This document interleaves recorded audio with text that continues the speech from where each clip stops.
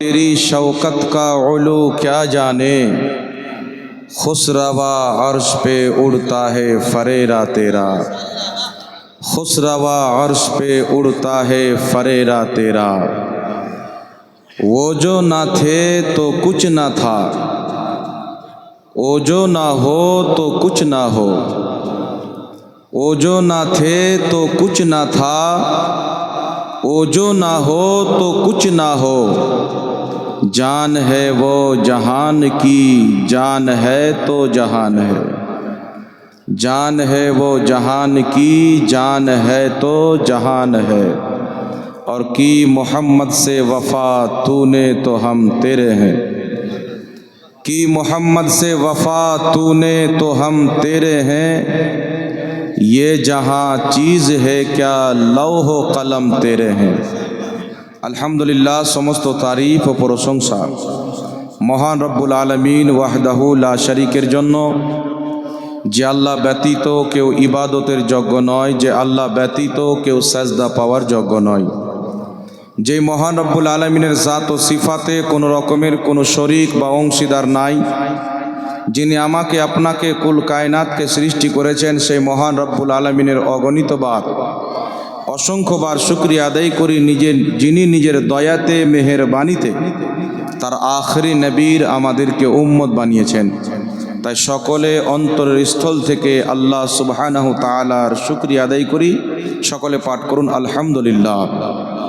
আল্লাহ তাবারাক ওয়া তাআলার শুকরিয়া আদায় করার পর রসুল আকরাম নূরে মুজাসসাম সরওয়ারে দো আলম, মক্কার সরদার, মদিনার তাজদার, মা আমিনার লাল আব্দুল্লাহ নয়নতারা, শাফাতের কান্ডারি, রাহমাতের ভান্ডারি, কাল কিয়ামতের কঠিন দিনে সুন্নি সহিহুল আকিদা মুসলমানদের সুপারিশকারী, তাহা ওয়া ইয়াসিন, সিরাজাম মুনির, হাজির ও নাজির, আলিমে মাকানা ওয়া মা ইয়াকুন, আহমদে মুজতাবা জনাবে মুহাম্মদুর রাসূলুল্লাহ সাল্লাল্লাহু তাআলা আলাইহি ওয়া আলিহি ওয়াসাল্লামের প্রতি অগণিতবার অসংখ্যবার দুরূদ ও সালাম বর্ষিত হোক, গর্বিত হোক। সকলে পড়ুন আল্লাহুম্মা আমিন। আপনারা একটু যদি আগে চলে আসেন তো খুব মেহেরবানি হবে। না মনে হচ্ছে যে মাহফিলের জানাজা হয়ে গেছে। চলে আসেন মুফতি সাহেবের কথা মানে জি, একটু চলে আসেন আগে। চলে আসেন। আপনারা যতক্ষণ শুনবেন ততক্ষণই শোনাবো, বেশি শোনাবো না ইনশাআল্লাহ। চলে আসেন। যদি দরকার হয় তো চেয়ার নিয়ে চলে আসেন আগে আগে, কিন্তু পিছনে থাকেন। চেয়ার নিয়ে চলে আসেন, চেয়ার নিয়ে চলে আসেন হাতে করে। যিনারা মাটিতে বসে আছেন আপনারা একটু আগে যান, আর যিনারা চেয়ারে আছেন আপনারা চেয়ারটা নিয়ে আগে যান। পিছনে কেন আছেন? আগে যান। নুর ইসলাম ভাই আগে যান। اللهم صل على سيدنا وشفيعنا نبينا مولانا ملجنا محمد معدن الجود والكرم في المنبع العلم والحلم والحكم بارك وسلم صلاة وسلاما عليك يا رسول الله صلى الله تعالى عليه وسلم। বিরাদর ইসলাম, আজকের এই নুরানি জালসা একজন আল্লাহ তাবারাক ওয়া তাআলার নেক বান্দার ইসালে সওয়াবের জন্য উরুস উপলক্ষে জালসা। আমরা আহলে সুন্নাত ওয়াল জামাত, বুজরুগানে দিন, আউলিয়া কিরাম, সালফে সালেহিনদের ওয়াফাত দিবসে ইসালে সওয়াব করি, যাকে একটা নাম দেওয়া হয়েছে উরস। প্রত্যেক জিনিসের চিহ্নতের জন্য একটি নাম হয়। মাদ্রাসার নাম হয়, মসজিদের নাম হয়, কিতাবের নাম হয়। তেমনিভাবে আউলিয়া কিরামের ইসালে সওয়াব হলে তার নাম হলো উরুস। উরুস এই জন্য বলা হয়, যখন কোনো আল্লাহ পাকের নেক বান্দা কবরের 3টা প্রশ্নের উত্তর সঠিকভাবে দিয়ে দেয়, তো আল্লাহ তাবারাক ওয়া তাআলা বলেন যে একে ওইভাবে ঘুমিয়ে দাও যেমনভাবে দুলহান ঘুমিয়ে যায়। তো দুলহানকে মানে উরুস বলা হয়।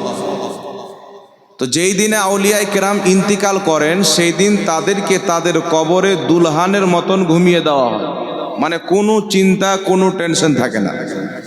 এই জন্য ওই নিসবতকে কেন্দ্র করে এর নাম উরুস দেওয়া হয়েছে।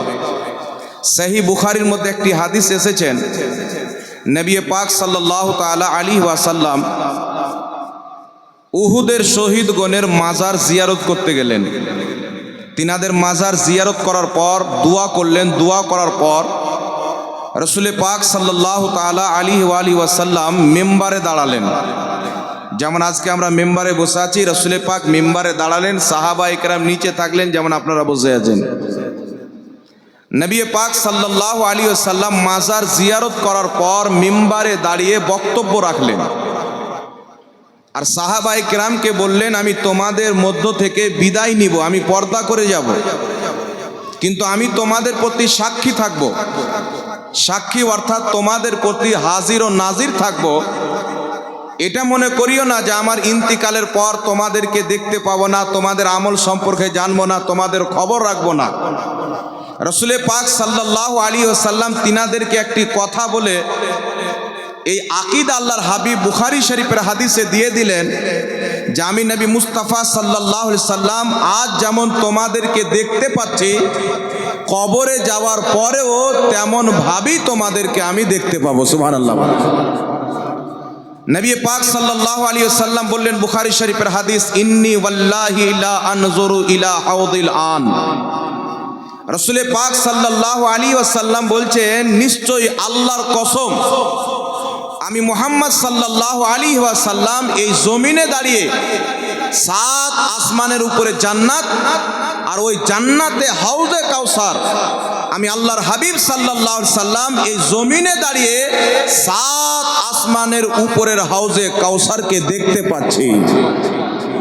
রসুল পাক সাল্লাল্লাহু আলাইহি সাল্লাম সাহাবীদেরকে এই আকীদা দিচ্ছেন যে আমি 2 মণ মাটির তলাতে চলে যাব, তারপর এটা মনে করিও না যে রসুল পাক আমাদেরকে দেখতে পাবেন না।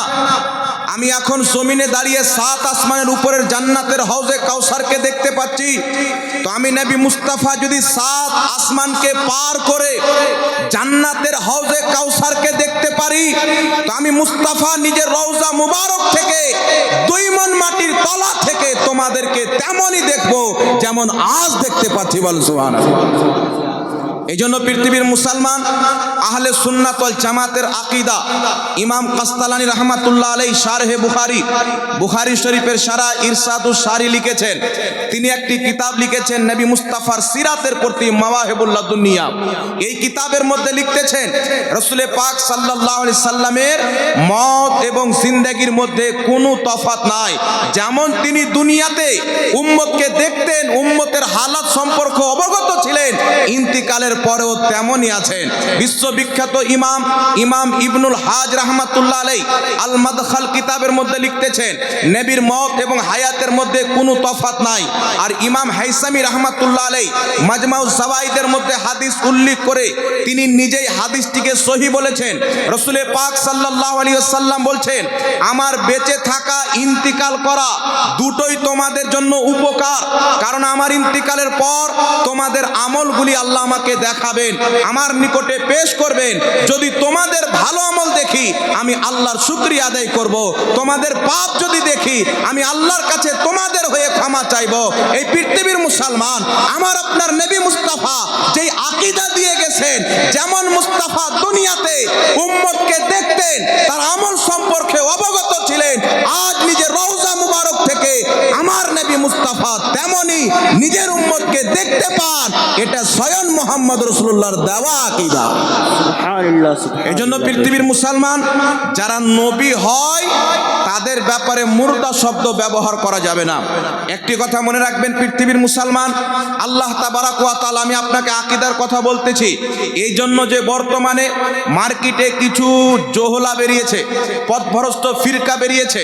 আমার আপনার নবী মুস্তাফা বলেছেন যে আমার উম্মতের মধ্যে 73টি ফিরকা হবে, আর রাসূল পাকের বুখারীর হাদিস দ্বারা প্রমাণিত যে 72 ফিরকা জাহান্নামে যাবে, জান্নাতীদের চাইতে নামাজ বেশি পড়বে, রোজা বেশি রাখবে, কোরআন বেশি তেলাওয়াত করবে, প্রকাশ্যে তাদের কথা খুব সুন্দর হবে, মনে হবে হাদিস কোরআন ছাড়া কিছুই বলে না, কিন্তু রাসূল পাক বলছেন যে তারা ইসলাম থেকে এমন ভাবে বেরিয়ে যাবে যেমন তীর কামান থেকে বেরিয়ে যায়। ইয়া রাসূলুল্লাহ, ইয়া হাবিবাল্লাহ, হযরতে উমরে ফারুক চাইতে, মুমিনদের চাইতে নামাজ বেশি পড়বে, রোজা বেশি রাখবে, কোরআন বেশি তেলাওয়াত করবে, কিন্তু ইসলাম থেকে কেন বেরিয়ে যাবে? তো আমার নবীর হাদিস থেকে বোঝা যায় তাদের কাছে সব থাকবে কিন্তু মুস্তাফার মহাব্বত তাদের অন্তরে থাকবে না। খোদার ব্যাপারে আকীদা ঠিক থাকবে না, রসুলের ব্যাপারে আকীদা ঠিক থাকবে না, আউলিয়ায়ে কেরামের ব্যাপারে আকীদা ঠিক থাকবে না। এই জন্য পৃথিবীর মুসলমান একটা কথা আপনাকে বলতে চাই, একজন ব্যক্তি যদি 5 ওয়াক্তের নামাজ পড়ে, কিয়ামতকে বিশ্বাস করে, জান্নাত জাহান্নামকে বিশ্বাস করে, মুহাম্মদ রাসূলুল্লাহ আলাইহিস সালামকে যদি আখিরি নবী মনে করে, কোরআনকে আল্লাহর কিতাব মনে করে, তার সব যদি ঠিক থাকে, কিন্তু তার মধ্যে যদি একটা আকীদা কুফরি হয়ে যায়, ওই ব্যক্তি কাফির হয়ে যাবে। কারণ জরুরিয়াতে দিনের মধ্যে কোন একটি জিনিসকে অস্বীকার করলে কাফির হয়ে যাবে। ইবলিসের 90 কোটি বছর ইবাদত ছিল, কিয়ামতকে বিশ্বাস করত, আল্লাহ পাককে এক মানত, 90 কোটি বছর ইবাদত করেছিল, কিন্তু ইবলিস আদমকে মানতে পারল না, আল্লাহ তাকে কাফির বলে ঘোষণা করে দিলেন। পৃথিবীর মুসলমান গোলাম আহমদ কাদিয়ানি ছিল, কিয়ামতকে বিশ্বাস করত, 5 ওয়াক্তের নামাজ পড়তো, বুখারী মুসলিম মাদ্রাসায় পড়াতো, কিন্তু নিজেকে নবী দাবি করে নিল, কাফির ও মুরতাদ হয়ে গেল। এই জন্য ইসলামিক মূল বিষয়ের মধ্যে কোনো একটিকে অস্বীকার করলে কাফির হয়ে যাবে। তেমনি 72 জাহান্নামী ফিরকা ইসলামের মৌলিক বিষয়কে অস্বীকার করবে, নামাজ পড়বে, রোজা রাখবে, ইসলামিক মৌলিক বিষয়কে অস্বীকার করার কারণে 72 ফিরকা জাহান্নামে যাবে। আলহামদুলিল্লাহ, আহলে সুন্নাত ওয়াল জামাত সুন্নি মুসলমানের আকীদা, আজ পর্যন্ত কেউ তাদের একটা আকীদাকে ভুল প্রমাণ করতে পারেনি, কিয়ামতের সকাল পর্যন্ত সম্ভব হবে না মুসলমান। কারণ আহলে সুন্নাত ওয়াল জামাতের আকীদার বয়স 200 বছর নয়, 250 বছর নয়। বর্তমানে যেইগুলো ফিরকা বেরিয়েছে, কেউ মূর্খ জাকির নায়কের ভক্ত বেরিয়েছে, কেউ বিভিন্ন মৌলবীর ভক্ত বেরিয়েছে। আজকে আমার কাছে একটা পোস্ট পাঠানো হলো, সেই পোস্টের মধ্যে লেখা আছে যে ডক্টর জাকির নায়ক দাঁড়িয়ে আছে, তো মনে হচ্ছে যে আল্লাহ দাঁড়িয়ে আছে। এই পৃথিবীর মুসলমান দুঃখ হয়, আমার নবী মুস্তাফা 1450 বছর পূর্বে বলেছেন, কিয়ামতের পূর্বে এমন একটা যুগ চলে আসবে, জামানা চলে আসবে, মানুষ মূর্খদেরকে, জাহিলদেরকে দ্বীনের সরদার বানিয়ে নিবে, মুফতি দেওয়ার ফতোয়ার মাসনাদের যোগ্য বানিয়ে নিবে, তাদেরকে মাসলা জিজ্ঞাসা করবে, তাদের কাছ থেকে দ্বীন শিখবে, সে নিজেই পথভ্রষ্ট থাকবে, এই জাতিকে পথভ্রষ্ট করবে। এই জন্য পৃথিবীর মুসলমান কোন ব্যক্তি ইংরেজি ভাষায় যতই কোরআন পড়ে নেক, বাংলা ভাষায় যতই কোরআন পড়ে নেক, যারা মাদ্রাসাতে পড়াশোনা করে যোগ্য আলিমে দ্বীন হয়, খোদার ইজ্জতের কসম খেয়ে বলি, তাদের কদমের জুতোর সমতুল্য জ্ঞান সে অর্জন করতে পারে না। এই জন্য পৃথিবীর মুসলমান এই ধরনের জাহিলকে ফলো করে জাহান্নামে যাওয়া যাবে না। ফলো যদি করতে হয় বাগদাদের গাউসে আজমকে ফলো করতে হবে, ফলো যদি করতে হয় আজমিরের খাজা মঈনুদ্দিনকে ফলো করতে হবে, ফলো যদি করতে হয় বরেলির আহমদ রাজাকে ফলো করতে হবে, ফলো যদি করতে হয় মাখদুমে সিমনাকে ফলো করতে হবে। তারা খোদাকে রাজি করে জান্নাতি হয়ে গেছেন, তাদের পিছে পিছে চলনে ওয়ালাও জান্নাতে চলে যাবে। বল সুবহানাল্লাহ। নারে তাকবীর, নারে রিসালাত, নারে হায়দারি, নারে হায়দারি।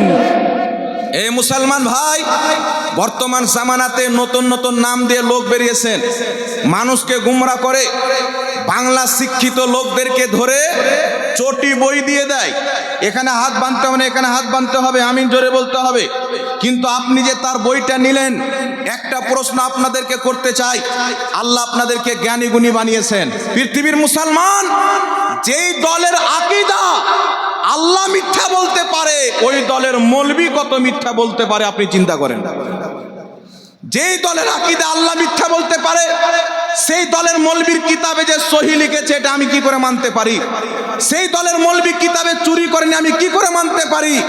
আমার কাছে বর্তমানে ওই মতবাদের লোক, জাকির নায়ক মতবাদের লোকদের যে কিতাব রয়েছেন, আমি গবেষণা করে একটা নয় দুটা নয় 1300টা চুরি তাদের কিতাব থেকে বের করে নিজের খাতাতে নোট করে রেখেছি মুসলমান। 1300টা চুরি। তার আগে গবেষণা করলে কত পাওয়া যাবে? এই ধরনের লোক বই যদি আপনাকে দিয়ে দেয়, জাল হাদিসের নিচে লেখা আছে সহি হাদিস, আপনি তো বুঝবেন না ভাই কোথায় চুরি করলো। এই জন্য পৃথিবীর মুসলমান এদের আকীদা খোদা মিথ্যা বলতে পারে, আমি এটা বানোয়াট বলতেছি না। এদের কত ভয়ানক আকীদা শুনেন।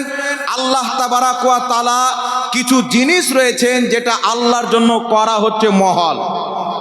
প্রথমে একটা কথা শুনে দিই, আমরা আহলে সুন্নাত ওয়াল জামাত জাকির নায়েককে আমরা মানি না। কেন মানি না? কারণ আপনার সামনে বলে দিচ্ছি, রেকর্ডিং হচ্ছে, হাজারো মানুষ শুনবে, তার মান্যওয়ালাও শুনবে। আমার বেঁচে থাকা পর্যন্ত চ্যালেঞ্জ, জাকির নায়েকের এই আকীদার সাথে কেউ যদি আমার সাথে মুনাজারা করতে চায়, আলহামদুলিল্লাহ 24 ঘন্টা আমরা প্রস্তুত আছি মুসলমান। সুবহানাল্লাহ সুবহানাল্লাহ বেশক। তার আকীদা শুনেন। আমার কাছে কিতাবগুলি আছে আলহামদুলিল্লাহ, মোবাইলে অরিজিনাল ফটো তোলা আছে, গাড়িতে কিতাব রাখা আছে। সে নিজের কিতাব জাকির নায়েকের লেকচার সমগ্রের মধ্যে লেখা আছে, স্পষ্ট ভাষায় লিখতেছে, ইসলামিক দৃষ্টিকোণ থেকে 4 জন মহিলা নবী এসেছে। হযরতে ফাতেমা, হযরতে মারিয়াম, হযরতে আসিয়া, হযরতে খাদিজাতুল কুবরা। কিন্তু আল্লাহ পাক কুরআন পাকে বলছেন, আমি কোন মহিলার প্রতি ওহী অবতীর্ণ করিনি, কোন মহিলাকে নবুয়ত দিইনি। এখন আপনারা বলেন, পৃথিবীর মুসলমান যেই ব্যক্তির বক্তব্য খোদার কোরআনের বিপক্ষে হবে, সেই ব্যক্তি নিজেই মুসলমান নয়, তো যে তাকে ফলো করবে সে কি করে মুসলমান হতে পারে? সুবহানাল্লাহ সুবহানাল্লাহ বেশক। শুধু তাই নয়, পৃথিবীর মুসলমান এখন পর্যন্ত সোশ্যাল মিডিয়ার মাধ্যমে তার বক্তব্য ভেসে বেড়াচ্ছে। তার কিতাব আমাদের কাছে রয়েছে, আহলে সুন্নাত ওয়াল জামাতের আকীদা, কোরআন এবং হাদিসের আকীদা। আল্লাহ আল্লাহ রসুলের দেওয়া আকীদা হচ্ছে, আল্লাহ পাক জুলুম করতে পারে না, আল্লাহ পাক মানুষের রূপ ধরে আসতে পারে না। এই জিনিসগুলি হচ্ছে আল্লাহর জন্য মহল। কিন্তু সে নিজের কিতাবের মধ্যে লিখছে আল্লাহ পাক জুলুম করতে পারে। সে নাইক নিজের কিতাবের মধ্যে লিখতেছে যে আল্লাহ তাবারাক ওয়া তাআলা মানুষের রূপ নিয়ে আসতে পারে না। যদি মানুষের রূপ নিয়ে চলে আসে তো আর আল্লাহ হতেই পারে না। আল্লাহ যদি মানুষের রূপ নিয়ে চলে আসে তার আল্লাহ হতে পারবে না, মানে আল্লাহ কি হয়ে যাবে? ধ্বংস হয়ে যাবে। এবার আপনারা বলেন, আল্লাহর জন্য ধ্বংস আছে? আল্লাহ জুলুম করতে পারে? আল্লাহ কি মিথ্যা বলতে পারে? এই পৃথিবীর মুসলমান এই মতবাদের লোক নিজের নাম দিয়েছেন আহলে হাদিস, যাতে সাধারণ লোক বুঝতে পারে যারা হাদিস মান্য করে। কিন্তু তাদের ইমাম ইসমাইল দেহলভী তাকবিয়াতুল ঈমান কিতাবে, এক রোজা কিতাবের মধ্যে লিখেছেন যে আল্লাহ মিথ্যা বলতে পারে। আর বিশ্ববিখ্যাত ইমাম তাহাবী রাহমাতুল্লাহ আলাইহি 1200 বছর পূর্বে আকীদাতুত তাহাবীর মধ্যে লিখেছেন, কেউ যদি বলে আল্লাহ মিথ্যা বলতে পারে সেই ব্যক্তি কাফির হয়ে যাবে। ইমাম ফখরুদ্দিন রাজি রাহমাতুল্লাহ আলাইহি তাফসীরে কবিরের মধ্যে লিখেছেন, কেউ যদি বলে খোদা মিথ্যা বলতে পারে সেই ব্যক্তি কাফির হয়ে যাবে। আহলে সুন্নাত ওয়াল জামাত শুধু নয়, প্রত্যেক মুহাদ্দিসিনে কেরাম যারা আহলে সুন্নাত ওয়াল জামাত জান্নাতি পথের লোক, সকলেই বিষয়ে একমত। কেউ যদি বলে খোদা মিথ্যা বলতে পারে ওই ব্যক্তি কাফির হয়ে যাবে, মুসলমান থাকতে পারে না। আর আহলে হাদিসদের ইমাম লিখছে খোদা মিথ্যা বলতে পারে তো কোরআন হাদিস মোতাবিক তারা মুসলমান নয়, তো যেই পদ্ধতিতে নামাজ পড়ুক তার নামাজ নয়। সুবহানাল্লাহ সুবহানাল্লাহ বেশক। এবার চলে আসেন পৃথিবীর মুসলমান, আমি আপনাদেরকে বলি, এই যে দল বেরিয়েছে জাকির নায়েক হোক আর তার মান্যকারী হোক, এদের আকীদা আর হিন্দুদের আকীদার মধ্যে কোনো তফাৎ নাই, কোনো তফাৎ নাই। এরা আমাদের প্রতি ইলজাম করে, সামনে মাজার শরীফ আছে, আমাদের সামনে মাজার শরীফ, এটা ইলজাম দেয় কি সুন্নিদের আছে মাজার, হিন্দুদের আছে দুর্গা মন্দির। সুন্নিদের পীর বাবা, হিন্দুদের পণ্ডিত বাবা। সুন্নিদের আছে কি আপনার শিরনি, আর হিন্দুদের আছে প্রসাদ। এইভাবে যুক্তি দিয়ে মানুষকে মেসেজ দিতে চায় যে হিন্দু আর সুন্নির মধ্যে কোনো তফাৎ নাই। এবার আমি আপনাকে বলছি ব্রাদার ইসলাম, এটা কত খাতারনাক কথা। একজন মুসলমানের প্রতি হিন্দুদের সাথে তুলনা দিয়ে মুশরিক বানানো। আমার হাবিব বলতেছেন বুখারীর মধ্যে, কোনো ব্যক্তি যদি কোনো মুসলমানকে কাফির বলে, সে যদি কাফির না হয়, কাফির বলনেওয়ালা নিজেই কাফির হয়ে যাবে। এবার আপনাকে বলতে চাই বাবা, আমি কয়েকটি দলিল দিচ্ছি ইসলামের আকীদা কি, সাহাবীর কি আকীদা। আজকে সোশ্যাল মিডিয়ার মাধ্যমে হোক আর বিভিন্ন লোক নিজের আকীদা বানিয়ে নিয়েছে যে ওলিয়া উলিয়ার মাজার গেলে শিরিক হয়ে যাবে। সাহাবায়ে কেরাম কোনোদিন মুসিবতে পড়ে নবী মুস্তাফার মাজার যায়নি। আল্লাহর ইজ্জতের কসম খেয়ে বলি, আমি এটা হাদিস থেকে, মুহাদ্দিসদের কিতাব থেকে প্রমাণ করার জন্য 24 ঘন্টা প্রস্তুত রয়েছি যে আমার নবী মুস্তাফা নিজের নেক উম্মতদেরকে স্বপ্নের মাধ্যমে এবং সাহাবায়ে কেরাম নিজের জামানাতে এই আকীদা পোষণ করেছেন যে কোথাও গিয়ে যদি কাজ না হয়, মুস্তাফার মাজারে চলে যাও বা খোদার ওলিদের মাজারে চলে যাও, সেখানে তার ওসিলায় দোয়া করো, তোমার কাজ হয়ে যাবে। বল সুবহানাল্লাহ। কয়েকটি দলিল দিচ্ছে আর সহি হাদিস থেকে। আর আমি চ্যালেঞ্জ করতেছি যে আমি যে হাদিসটা পড়তে যাচ্ছি কোনো মায়ের লাল যদি এটাকে জয়ী প্রমাণ করতে পারে তা আমার পক্ষ থেকে তাকে 10 লক্ষ টাকা পুরস্কার দেওয়া হবে। শত শত ক্যামেরায় রেকর্ডিং হচ্ছে বাবা। আমি বলছি সাহাবার কি আকীদা ছিল, আমার নবী মুস্তাফা কি আকীদা দিয়েছেন, একটু লক্ষ্য করে শুনেন। কিতাবটির নাম হচ্ছে মুসান্নাফে ইবনে আবি শাইবা। কি নাম বললাম? মুসান্নাফে ইবনে আবি শাইবা। লেখক হচ্ছে ইমাম ইবনে আবি শাইবা, ইমাম বুখারীর ওস্তাদ, ইমাম মুসলিমের ওস্তাদ, ইমাম ইবনে মাজার ওস্তাদ। এই যে 6টা সেহায়ে সিত্তার কিতাব ইমামরা লিখেছেন, কওরির শিক্ষক, কওরির তিনি দাদা শিক্ষক ইমাম ইবনে আবি শাইবা মুসান্নাফ ইবনে আবি শাইবার মধ্যে হাদিস উল্লেখ করেছেন। তিনার হাদিসটিকে শারহে বুখারী ইমাম ইবনে হাজার আসকালানি বুখারী শরীফের সারা ফাতহুল বারির মধ্যে সহি বলেছেন। ইমাম ইবনে কাসির আল বেদায়া ওয়ান নিহায়াতে সহি বলেছেন। শারহে বুখারী ইমাম কাস্তালানি রাহমাতুল্লাহ আলাইহি মাওয়াহিবুল লাদুনিয়াতে হাদিসটিকে সহি বলেছেন। ইমাম সামহদি রাহমাতুল্লাহ আলাইহি আল ওয়াফা বি আখবারি দারিল মুস্তাফা কিতাবে হাদিসটিকে সহি বলেছেন। হাদিসটি কি? হযরতে সাইয়্যিদনা উমর ফারুক জিনার ব্যাপারে আমার নবী মুস্তাফা বলেছেন, আলাইকুম বিসুন্নতি ওয়া সুন্নতি খুলফায়ে রাশিদিন আল মাহদিয়িন, আমার সুন্নাত আমার খলিফাদের সুন্নাত তোমরা আঁকড়ে ধরে রাখবে, তোমাদের জন্য আমি মুস্তাফা জরুরি করে দিলাম। সুবহানাল্লাহ নবীর সুবহানাল্লাহ। সাহাবার কি আকীদা ছিল? মাজার সম্পর্কে, আল্লাহ ওয়ালাদের কবরে গিয়ে তাদের ওসিলা দিয়ে দোয়া সম্পর্কে। সাহাবার যেই আকীদা ছিল, মুহাম্মদ রাসূলুল্লাহ যেই আকীদা দিয়েছেন, মুহাদ্দিসনে কেরাম নিজের কিতাবে যেই আকীদা লিখেছেন, আল্লাহর ইজ্জতের কসম খেয়ে বলি, সেই আকীদা যদি বর্তমানে খুঁজতে চান তাহলে সুন্নাত ওয়াল জামাত সুন্নিদের মধ্যে ওই আকীদা ভরা আছে, যেই আকীদা সাহাবায়ে কেরামের মধ্যে ভরা আছে। হযরত উমর ফারুক রাদিয়াল্লাহু তাআলা আনহুর যুগে বৃষ্টি বন্ধ হয়ে গেল, সাহাবায়ে কেরাম হয়রান। দীর্ঘদিন পর্যন্ত বৃষ্টি না হওয়ার কারণে ফসল নষ্ট হয়ে যায়, জীবজন্তু পিপাসার কারণে মারা যায়, খেজুরের গাছগুলি শুকিয়ে যায়, বিভিন্ন নুকসান হয়ে যায়। তো হযরতে বেলাল বিন হারিস নবী মুস্তাফার একজন বিখ্যাত সাহাবী, আমার নবী মুস্তাফার রওজাতে চলে গেলেন।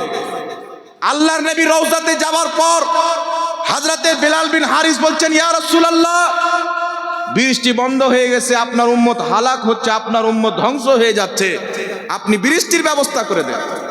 এই দোয়া করে নবী মুস্তাফার ওসিলা তলব করে বাড়িতে এসে ঘুমিয়েছে। আমার নবী মুস্তাফা স্বপ্নে এসে বলছেন, বেলাল বিন হারিস, আমার উমরকে সালাম দিয়ে আর বলিও যে বৃষ্টি হবে। সকালে ঘটনাটি বেলাল বিন হারিস নবী পাকের দ্বিতীয় খলিফাকে বলছেন, আমি মুস্তাফা জানি রহমতের রওজাতে গিয়েছিলাম, এইভাবে ইলতিজা পেশ করেছি, নবীর ওসিলা তলব করেছি, আর আমি আপনার নিকটে এসেছি। নবী পাক রাত্রে আমাকে পায়গাম দিয়েছেন স্বপ্নের মাধ্যমে। সহিহ মুসলিমের মধ্যে হাদিস রয়েছেন, আল্লাহর নবী বলছেন, মান রাআনি ফিল মানাম ফাকাদ রাআল হক, যেই ব্যক্তি স্বপ্নে আমাকে দেখলো সে সত্যি আমাকেই দেখলো। হযরতে বেলাল বিন হারিস বলছেন, নবীর সাহাবীর আকীদা দেখেন, আমি মুস্তাফা রওজাতে গিয়ে দোয়া করেছি, তিনার ওসিলা তলব করেছি, আর মুস্তাফা স্বপ্নে এসে বলেছেন উমরকে বলিও বৃষ্টি হবে। এই কথা যেমনই বলেছেন, হযরত উমরের চোখ দিয়ে পানি বেরিয়ে গেছেন, সঙ্গে সঙ্গে বৃষ্টি আরম্ভ হয়ে গেছে। হযরত উমর বলছেন না তুমি শিরিক করেছো, হযরত উমর বলছেন না তুমি নাজায়েজ করেছো। হযরত উমর সমর্থন করে মজবুত করে দিলেন, মুসিবতে পড়ে নবীদের রওজাতে গিয়ে দোয়া করা, ওলিদের মাজারে গিয়ে দোয়া করলে খোদা সেই দোয়াটাকে কবুল করে।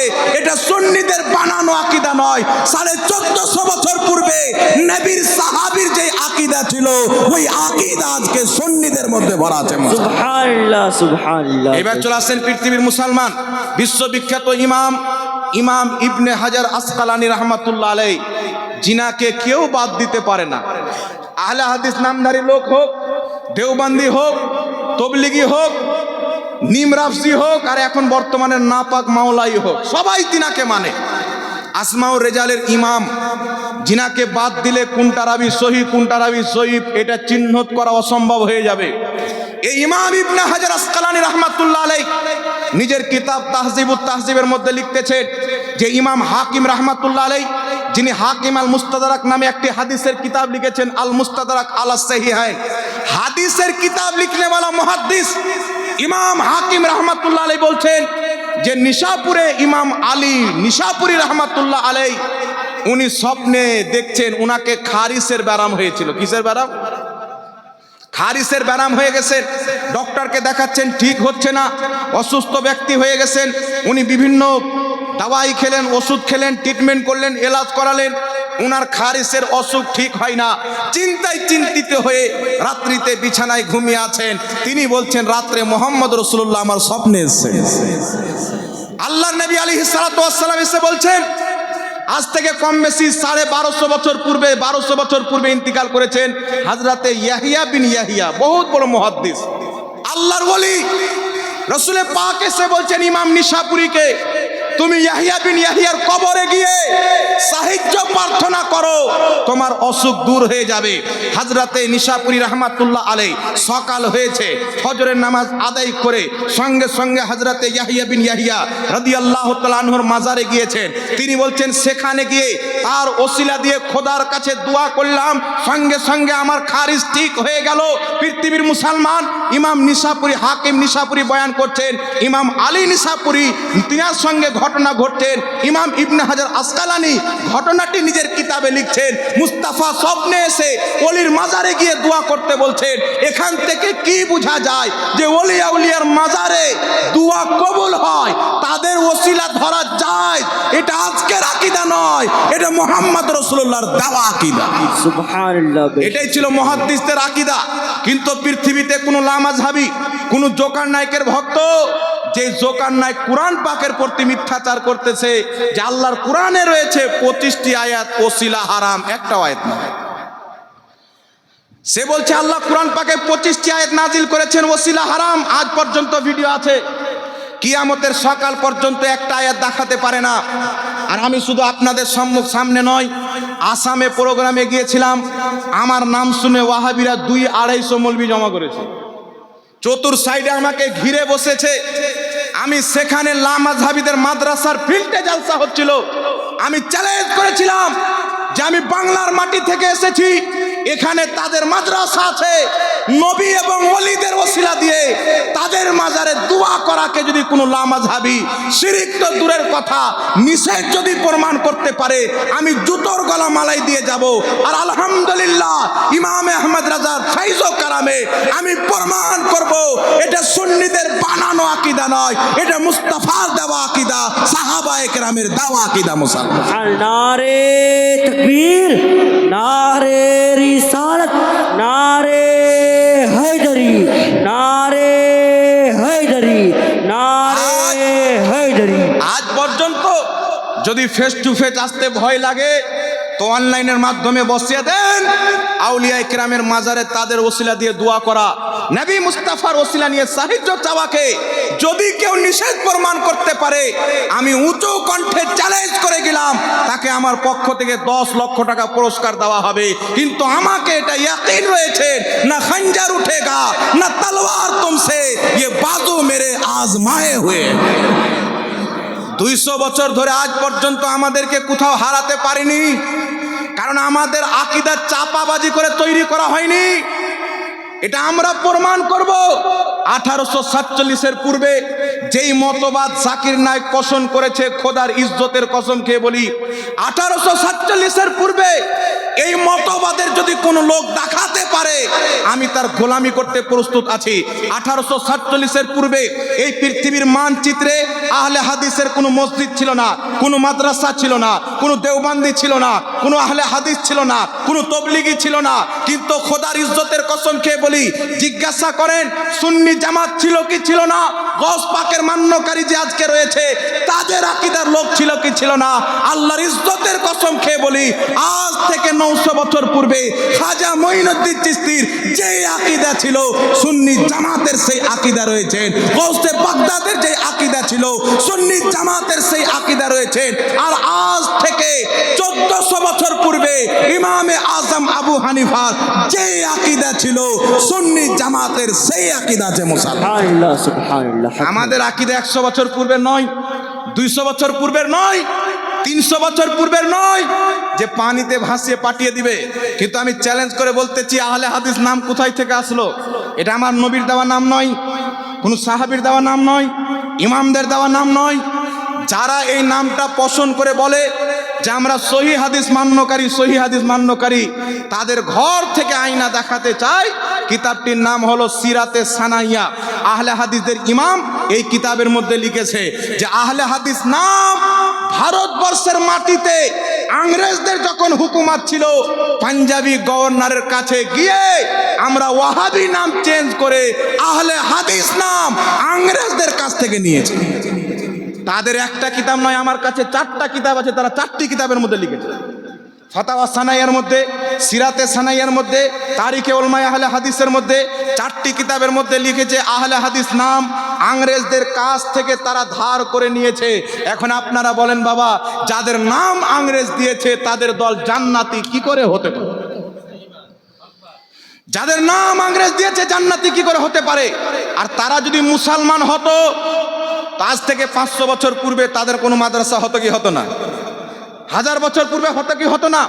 কিন্তু আজ বিশ্বের সবচাইতে বড় মাদ্রাসা আল জামিয়াতুল আজহার মিশর কায়রাতে উপস্থিত রয়েছেন, যেখানে পড়নেওয়ালাকে আজহারি বলা হয়। কম বেশি ওই মাদ্রাসার বয়স 1000 থেকে 1200 বছর হয়েছে।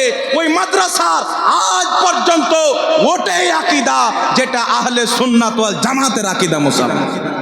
তারাও মিছিল বের করে, তারাও মিলাদুন নবী পালন করে, তারাও জানাজার পর দোয়া করে হাত তুলে, তারাও দাফন করার পর দোয়া করে।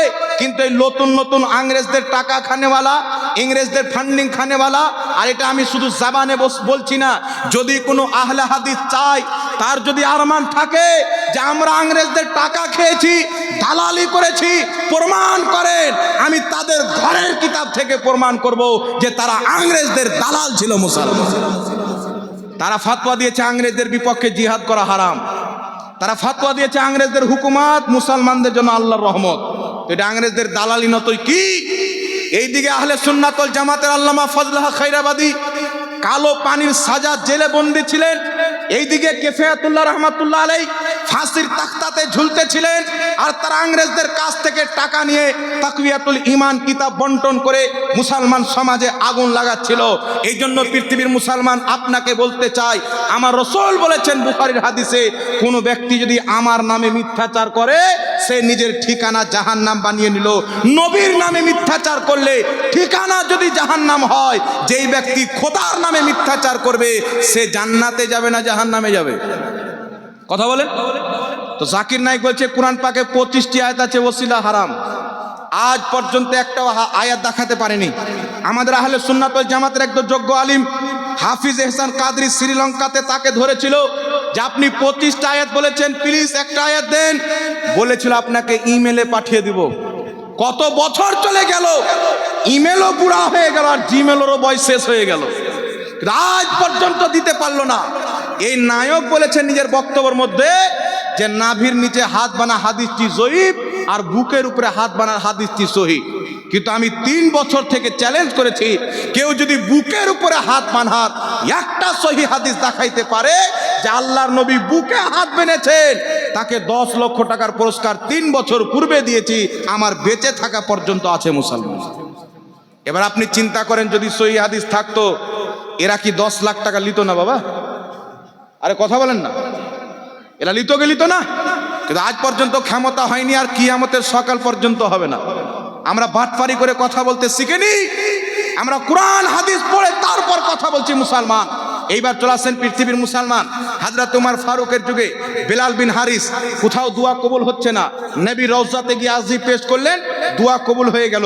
মুস্তাফা হযরতে নিশাপুরীকে বহুত বড় মুহাদ্দিস স্বপ্নে দেখালেন, তুমি ইয়াহিয়া বিন ইয়াহিয়ার কবরে গিয়ে তার কাছ থেকে সাহায্য প্রার্থনা করো, আল্লাহ পাক তোমার দোয়া কবুল করে নিবে। আর নবী মুস্তাফার স্বপ্নকে কোনো মায়ের লাল ভুল প্রমাণ করতে পারবে না। তারপর চলে আসেন বিরাদর ইসলাম বিশ্ববিখ্যাত ইমাম ইবনে হেব্বান রাহমাতুল্লাহ আলাইহি, যিনি সহিহ ইবনে হেব্বান নামক কয়েক খণ্ডে হাদিসের কিতাব লিখেছেন, যিনি কিতাবুস সিকাত আসমা ও রিজালের প্রতি কিতাব লিখেছেন, জারহ ও তাদিলের প্রতি কিতাব লিখেছেন, বহুত বড় মুহাদ্দিস, জিনাদের কিতাব পড়ে আমরা হাদিস পেয়েছি, জিনাদের কিতাব থেকে ইলম অর্জন করি। ওই ইমাম ইবনে হেব্বান আস-সিকাত কিতাবের মধ্যে লিখতেছেন, আমি যদি কোনো মুসিবতে ফাঁসতাম তো আল্লাহর ওলির মাজারে যেতাম, তার ওসিলা দিয়ে দোয়া করতাম, আমি ইমাম ইবনে হেব্বানের মুসিবত খোদা পাক দূর করে দিত। এমন কোন লামাযহাবী মায়ের দুধ পান করেনি যে ইনার উপরে ফতোয়া লাগাবে। এমন কোন লামাযহাবীর হিম্মত হয়নি যে উমর ফারুকের উপরে ফতোয়া লাগাবে। বেলাল বিন হারিসের প্রতি ফতোয়া লাগাবে, এমন কারোর হিম্মত হয়নি যে হযরতে আলী নিশাবরির প্রতি ফতোয়া লাগাবে, ইবনে হাজার আসকালানির প্রতি ফতোয়া লাগাবে। এটা মুসলমান।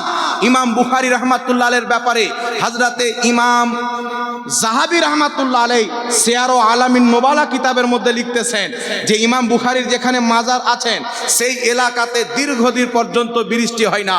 ইস্তিসকার নামাজ পড়ছেন, দোয়া করছেন, কান্নাকাটি করছেন, কোরআন তেলাওয়াত করছেন, কিন্তু বৃষ্টি হচ্ছে না। একজন ব্যক্তি, নেক ব্যক্তি স্বপ্নে দেখছেন যে তোমরা ইমাম বুখারীর মাজারে গিয়ে দোয়া করো, খোদা তোমাদেরকে বৃষ্টি দান করবেন। সকালবেলা ইসলামিক কাজীকে বলেছেন, বড় বড় মুহাদ্দিস ইমাম বুখারীর মাজারে উপস্থিত হয়েছেন, বলছেন খোদা তোমার নেক বান্দা ইমাম বুখারীর ওসিলায় দোয়া করতেছি, আজ তুমি আমাদেরকে ইমাম বুখারীর ওসিলায় বৃষ্টি দান করো। বর্ণনাকারী লিখতেছেন যে এত বৃষ্টি হলো যে কয়েকদিন পর্যন্ত তারা এলাকায় ফিরে আসতে পারেনি, ওখানেই থেকেছে, মুসলাধার বৃষ্টি হয়েছে। জোরে বল সুবহানাল্লাহ। সুবহানাল্লাহ, সুবহানাল্লাহ। এই ঘটনাটা উল্লেখ করে ইমাম যাহাবী রাহমাতুল্লাহ আলাইহি মুহাদ্দিসদের কথা বলছি। এই পৃথিবীর মুসলমান এটা কোনোদিন মনে করবেন না যে আমাদের আকীদা পানিতে ভেসে এসেছে। খোদার ইজ্জতের কসম খেয়ে বলি, প্রত্যেক মুহাদ্দিসদের ওটাই আকীদা ছিল যেটা বর্তমানে সুন্নি বারেলভিদের আকীদা আছে মুসলমান। ইমাম যাহাবী রাহমাতুল্লাহ আলাইহি সিয়ার আলামিন নুবালায় লিখতেছেন, ছাপনেওয়ালা আহলে হাদিস সৌদি আরব জাদ্দা থেকে ছেপেছে। ইমাম যাহাবী লিখতেছেন, আদ-দুআ মুস্তাজাবুন ইনদা কুবুরিল আমবিয়া ওয়াল আউলিয়া, নিশ্চয় নবী এবং ওলিদের মাজারে তাদের ওসিলা দিয়ে দোয়া করলে সেই দোয়া কবুল হয়ে যায়। একটু জোরে বলতে হবে সুবহানাল্লাহ। এইবার চলে আসেন বিরাদর ইসলাম, কিতাবটির নাম হচ্ছে তারিখে বাগদাদ। এই কিতাবের মধ্যে সহি সনদে ইমাম শাফির কল উল্লেখ হয়েছেন। ইমাম শাফিকে শাফি মাযহাবের ইমাম, ইমাম বুখারী চাইতে বেশি জ্ঞানী, ইমাম মুসলিম চাইতে বেশি জ্ঞানী, বিশ্ববিখ্যাত মুজতাহিদ ইমাম শাফি রাহমাতুল্লাহি আলাইহি তিনি কি বলতেছেন? তিনি বলতেছেন, আমি যখনই কোনো মুসিবতে ফাঁসতাম আর আমার মুসিবতের হাল হতো না, সমাধান হতো না, আমি ইমাম শাফি, ইমাম আবু হানিফার মাজারে যেতাম, 2 রাকাত নামাজ পড়ে তার মাজারে দোয়া করতাম, খোদা আমার মুসিবতকে দূর করে দিত। তো এইগুলো তো মুশরিক হয়নি। আজকে মাজারে গিয়ে দোয়া করলে শিরকের ফতোয়া দেনেওয়ালা, আজকে নবী পাকের রওজা মুবারক জিয়ারত করতে যাওয়াকে হারাম বলনেওয়ালা, জাকির নায়েক হোক বা তার 14 গোষ্ঠী হোক, পৃথিবীতে এমন কোন মায়ের লালের জন্ম হয়নি যে ওলিয়া উলিয়ার মাজারে গিয়ে দোয়া করা, নবীদের রওজাতে গিয়ে তাদের ওসিলায় দোয়া করাকে শিরক তো দূরের কথা মামনু প্রমাণ করবে। কিয়ামতের সকাল পর্যন্ত কোনো মায়ের লাল জন্ম নিতে পারে না। এটা আমার বেঁচে থাকা পর্যন্ত চ্যালেঞ্জ থাকলো মুসলমান। এই জন্য ঘুমটাওয়ালা মৌলবীর কথা শুনে হয়রানি হওয়ার কিছু নাই। সহিহ মুসলিমের মধ্যে হাদিস, কিছু মৌলবী আছে দেখবেন এইভাবে ঘুমটা দিয়ে থাকে, আছে না? দেখেছেন মোবাইলে? ওর মোচার দাড়ি যদি না থাকে, খোদার কসম মোথাবাড়ি থানার যুবকরা হয়রান হয়ে যাবে যে মেয়ে মানুষ না ছেলে মানুষ। এই মৌলবীগুলো মাথায় ঘুমটা দিচ্ছে। আমার নবী বলেছেন সহিহ মুসলিমের হাদিস, কিয়ামতের পূর্বে দাজ্জাল আসবে, দাজ্জালের ৭৭,০০০ সঙ্গী যারা হবে তাদের সকলের মাথায় চাদর থাকবে, চাদর থাকবে। এদের মসজিদে টুপি পরে নামাজ পড়ার দরকার নাই, কারণ টুপি নবী পড়তেন। পাগড়ি পড়লে বলবে যে মুফতি জাহাঙ্গীর বেরিয়েছে একটা ঝাড়খণ্ডে, মুফতি জাহাঙ্গীর বেরিয়েছে ঝাড়খণ্ডে, 12-13 হাতের পাগড়ি পড়ে। বেটা হিম্মত যদি থাকে আমরা পাগড়িও লম্বা রাখি, জ্ঞানও লম্বা রাখি। কোনদিন মার্কেটের সামনে বসে যাও, সারা পৃথিবী দেখে নিবে যে খাজা মঈনুদ্দিন চিশতির মাননেওয়ালা বিনা দলিলে নয়। আলহামদুলিল্লাহ, আমাদের প্রত্যেকটা আকীদার দলিল আমাদের আকাবিররা কোরআন হাদিস থেকে খুঁজে বের করে আমাদের সামনে উপস্থাপন করে দিয়ে গেছে। সুবহানাল্লাহ, সুবহানাল্লাহ। আমরা লাওয়ারিস নয়, আমাদের খাজা মঈনুদ্দিন চিশতি আছেন, আমাদের মখদুমে সিমনা আছেন, আমাদের বিভিন্ন আউলিয়া কেরাম আছেন, আমরা কেউ লাওয়ারিস নাই। কিন্তু বাবা মার্কেটে কিছু লোক বেরিয়েছেন, বলছেন কি সুন্নিদের দরগা আছে আর হিন্দুদের দুর্গা আছে। চিন্তা করছেন বাবা? এবার একটা কথা আপনাকে বলি, তাফসিরে ইবনে কাসির খুলেন, তাফসিরে কুরতুবি খুলেন, তাফসিরে জালালাইন খুলেন, তাফসিরে দুররে মানসুর খুলেন, তাফসিরে বাগবি খুলেন, তাফসিরে জামাল খুলেন, যত তাফসিরের কিতাব আছে সব কিতাবে লেখা আছে যে মূর্তি হলো খোদার দুশমন। মূর্তি হলো আল্লাহর দুশমন। আর কোরআন পাকে লেখা আছে ওলি হলো আল্লাহর দোস্ত। তো দোস্ত আর দুশ্মনের মধ্যে তফাৎ আছে কি নাই? জোরে বলতে হবে। দোস্ত আর দুশ্মনের মধ্যে তফাৎ আছে কি নাই? আমি এখানে দাঁড়িয়ে আছি, একটা ভাই এসে বলছেন, আমি জিজ্ঞাসা করছি কোথায় যাবে? হাজরাত হচ্ছে আমার বন্ধু, ইনি হচ্ছেন আমার দুশ্মন। বুঝানোর জন্য বলছি, কিন্তু দুশ্মন নয়, বুঝানোর জন্য বলছি। আমাকে একটা লোক এসে বলছেন কোথায় যাবেন? বলছেন হাজরাতের কাছে। তিনি আমার দোস্ত, আমি খুশি হয়ে গেলাম। আর যদি বলে উনার কাছে যাবো তো আমি দুঃখ পাবার, ও তো আমার দুশ্মন। তো মূর্তি হচ্ছে খোদার দুশ্মন, ওলি হচ্ছে খোদার দোস্ত। আর ইমামে আহমদ বিন হাম্বলের কিতাব মুসনাদ আহমদের মধ্যে লেখা আছে, যেখানে ওলি আউলিয়া হয় খোদার রহমত বর্ষিত হয়। আর কোরআন হাদিস দ্বারা প্রমাণিত, যেখানে মূর্তি হয় সেখানে খোদার লানত বর্ষিত হয়। তো মন্দিরে গেলে খোদার লানত পাওয়া যায়, ওলি আউলিয়ার দরবারে গেলে খোদা পাকে রহমত পাওয়া যায়। তো যেই দলের গাঁজাখোর, যেই দলের মাতাল রহমতে আর লানাতে তফাৎ বুঝে না, ওলিয়া উলিয়ার মূর্তির মধ্যে তফাৎ বুঝে না, এদেরকে আপনি কি বলবেন? বাবা একটাই কথা বলবো, হিম্মত থাকে তো উমার ফারুকের প্রতি ফতোয়া লাগাও। আর এরা মানুষকে বুঝাবে কি মাজার তৈরি করা যায় নাই, হারাম। নবী বলেছেন যত মাজার আছে ভেঙে যাও, কিন্তু হাদিসের ব্যাখ্যা ইংরেজদের কাছ থেকে নিবে, মুহাদ্দিসের কাছে না। ইমাম ইবনে হাজার আসকালানী ফাতুল বারির মধ্যে লিখছেন, নবী যেইগুলো কবর ভাঙতে বলেছিলেন ইহুদি মুশরিকদের কবর ছিল। ইমাম নববী রাহমাতুল্লাহ আলাইহি শারহে মুসলিমে লিখছেন, নবী যেইগুলো কবর ভাঙতে বলেছিলেন সব মুশরিকদের কবর ছিল। আর ইমাম ইবনে হাজার আসকালানী বলছেন, কেউ যদি এই হাদিসকে নিয়ে কোন মুসলমানের কবর ভাঙে তাহলে সেই মুসলমানকে কষ্ট দিল। তো যারা আউলিয়ায়ে কিরামের মাজারকে ভাঙতে চায় তারা আল্লাহর ওলিকে কষ্ট দিল। আর আল্লাহ পাক বলছেন বুখারীর হাদিসে, মান আদালি ওয়ালিয়ান ফাকাদ আযানতুহু বিল হারব, যেই ব্যক্তি আমার ওলির সাথে দুশমনি করলো আমি খোদা তার সাথে যুদ্ধ ঘোষণা করলাম, তার সাথে যুদ্ধ ঘোষণা করলাম। এই জন্য পৃথিবীর মুসলমান আহলে সুন্নাত ওয়াল জামাত ওলিয়া উলিয়ার মাজারকে সম্মান করে। তবে কোন মাজারে যদি শরীয়ত বিরোধী কাজ হয় এর দায়িত্ব আমাদের না। মাজারে সিজদা করাকে আমরা হারাম মনে করি। এই পৃথিবীর মুসলমান নাজদিরা তো মুখে বলেছে যে মাজারে সিজদা করা হারাম, অন্য অন্য ফিরকার লোকেরা মুখে বলেছেন, কিন্তু আহলে সুন্নাত ওয়াল জামাতের ইমাম আলা হযরত রাহমাতুল্লাহ আলাইহি তা সিজদা করা হারাম আল্লাহ ছাড়া অন্য কাউকে, এই মর্মে কিতাব লিখেছেন। 40টা হাদিস আর 150 জন মুহাদ্দিসে কেরামের ফতোয়া উল্লেখ করে কিয়ামত পর্যন্ত কিতাব দিয়েছেন যে সুন্নি জামাতের নিকটে আল্লাহ ছাড়া কাউকে সিজদা করা হারাম আছে। বল সুবহানাল্লাহ। তো এই বিষয়ে তো সবচাইতে কড়া মশলা আমাদের আছে রে বাবা, কথা বুঝতে পারছেন? তো আল্লাহ ওয়ালাদের মাজার জিয়ারত করা যায়, তাদের ওসিলা দিয়ে দোয়া করা যায়। এবার আপনাকে বলি বাবা, জিয়ারত করতে গিয়ে আমরা কোরআন তেলাওয়াত করি, করি কি করি না? কথা বলেন। জিয়ারত করতে গিয়ে কোরআন তেলাওয়াত করি। এই যে আমরা কোরআন তেলাওয়াত করি, তো কিছু মার্কেটে লোক বেরিয়েছেন বলছে কোরআন মুর্দাদের জন্য তেলাওয়াত করার জিনিস নয়।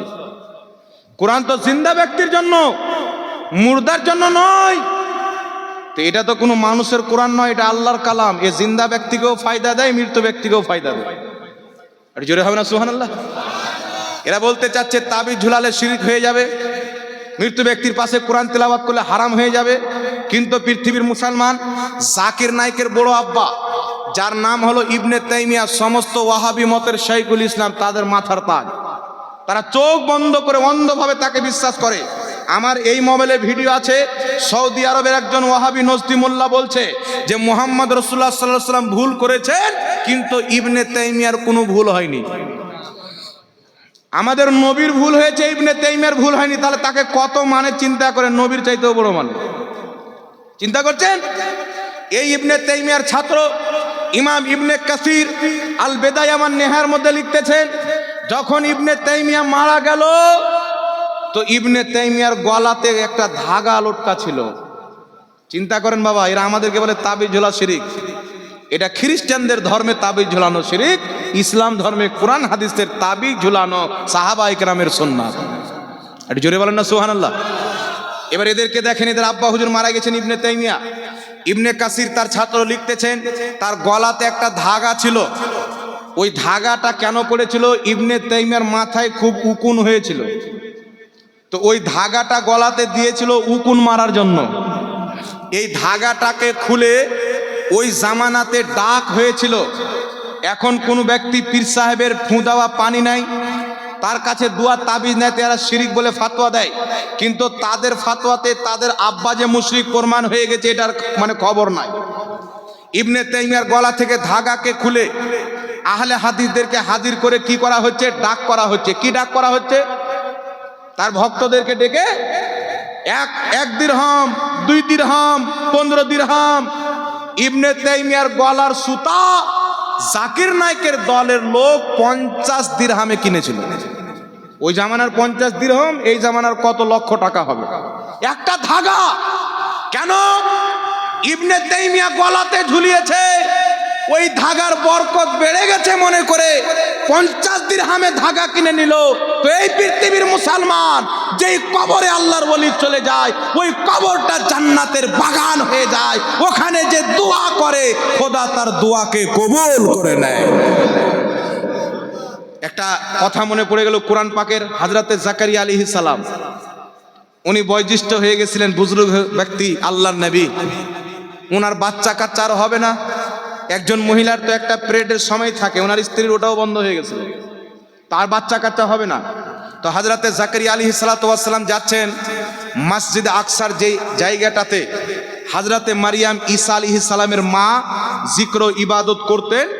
তো উনি যাচ্ছেন, তো ফলের সময় নাই, ওই টাইমে উনি ফল খাচ্ছেন। ধরেন আপেলের সময় চলে না, উনি তখন আপেল খাচ্ছেন। আঙুরের টাইম নাই, আঙুর খাচ্ছেন। মানে যেই টাইমে যেই ফল হয় না উনি ওই ফল খাচ্ছেন ওই জায়গাতে বসে বসে। তো হযরতে জাকারিয়া জিজ্ঞাসা করছেন, তো উনাকে উত্তরে বলা হলো যে এটা আল্লাহ পাক জান্নাত থেকে আমার জন্য খাবার পাঠায়। তো হযরতে জাকারিয়া চিন্তা করলেন যে এত বড় আল্লাহর ওলিয়া মহিলা, যাকে এই জায়গাতে আল্লাহ পাক জান্নাত থেকে খাবার পাঠায়, তো কেন না আমি এই পবিত্র জায়গা যেখানে এরকম একজন আল্লাহর ওলিয়া বান্দি ইবাদত করেছেন, এই জায়গার ওসিলা দিয়ে দোয়া করি, এখানে দাঁড়িয়ে দোয়া করি। আল্লাহ তো সব করনেওয়ালা। আমার স্ত্রীর পেট বন্ধ হলে কি হলো, আল্লাহ তো এই জায়গার বরকতে আমার দোয়া কবুল করে বাচ্চা দিতে পারে। সেই জায়গাতে তিনি দোয়া করলেন, আল্লাহ তাবারাক ওয়া তাআলা বাচ্চা হওয়ার সময় চলে যাওয়ার পরেও সেই জায়গার বরকতে দোয়া কবুল করে তিনাকে একজন নবী দান করলেন সন্তান হিসাবে, যিনার নাম হযরতে ইয়াহিয়া আলাইহিস সালাম। তো চিন্তা করেন পৃথিবীর মুসলমান যেখানে তিনি ইবাদত করতেন সেখানে একজন নবী দোয়া করছেন যে এখানে হয়তো কবুল হবে। তাহলে যেখানে আল্লাহর ওলি নিজে শুয়ে আছে সেখানে দোয়া কেন কবুল হবে না? ইমাম ইবনে হাজার আসকালানী বলছেন দোয়া কবুল হবে। ইমাম ইবনে হেব্বান বলছেন আমার নিজের দোয়া কবুল হয়। ইমাম শাফি বলছেন আমার নিজের দোয়া কবুল হয়। ইমাম জাহাবি বলছেন আমার নিজের দোয়া কবুল হয়। বিশ্ববিখ্যাত সাহাবী উমর ফারুক রাদিয়াল্লাহু তাআলা আনহুর যুগের সাহাবী হযরতে বিলাল বিন হারিস বলছেন যে হ্যাঁ রাসূলুল্লাহ রওজাতে গিয়ে আমার দোয়া কবুল হয়েছে, আল্লাহ বৃষ্টি দান করেছেন। এই পৃথিবীর মুসলমান তাহলে আমরা নবীর দাওয়া আকীদা নেব, সাহাবীদের দাওয়া আকীদা নেব, মুহাদ্দিসদের দাওয়া আকীদা নেব, না আমেরিকার ভিটামিন খানেওয়ালা জোকার নাইকের আকীদা নেব? মনে রাখবেন পৃথিবীর মুসলমান যারা আল্লাহর নেক বান্দাদের ওসিলাকে মানে না, নবী মুস্তাফার ওসিলাকে হারাম এবং নাজায়েজ এবং শিরিক মনে করে, খোদার ইজ্জতের কসম খেয়ে বলি ইংরেজদের 5 গোলাম তো হতে পারে, কোরআন হাদিস মাননেওয়ালা মুসলমান হতে পারে না। এবার আপনাকে একটা কথা বলি বাবা, ইবনে তাইমিয়া বলেন তো এদের নিকটে তাবিজ ঝুলানো শিরিক, তো ওই যে কালা ধাগা ঝুলাল ছিল, তো ইবনে তাইমিয়া মুশরিক হলো কি হলো না? ওদের ফাতোয়া অনুযায়ী শিরিককারী হলো কি হলো না? আর ওদের গুরু যদি শিরিক হয়, আরে বাবা গাছের বীজ যদি কলার হয় তো আম থলি ধরবে? ওদের তো কলাই ধরবে। তো তাদের বাপ ইবনে তাইমিয়া যদি মুশরিক হয়, তার মান্যকারী লামাযহাবী কি করে মুসলমান হতে পারে? তাদের ফতোয়াতে প্রমাণ করব তারা নিজেই মুশরিক মুসলমান। এবার আগে চলেন বিরাদর ইসলাম, ইবনে তাইমিয়াকে গোসল দিল পানি দিয়ে আর বোরের পাতা দিয়ে, কুলের পাতা দিয়ে। ইবনে কাসির লিখতেছেন সেই গোসল দেওয়া পানি আর বোরের পাতা মানুষ নিয়ে খেতে লাগলো, কিছু খেয়ে নিল, চেহারাতে লাগালো, বুকে লাগালো, আর বোতলে ভরে তাবাররুক হিসেবে নিয়ে চলে গেল।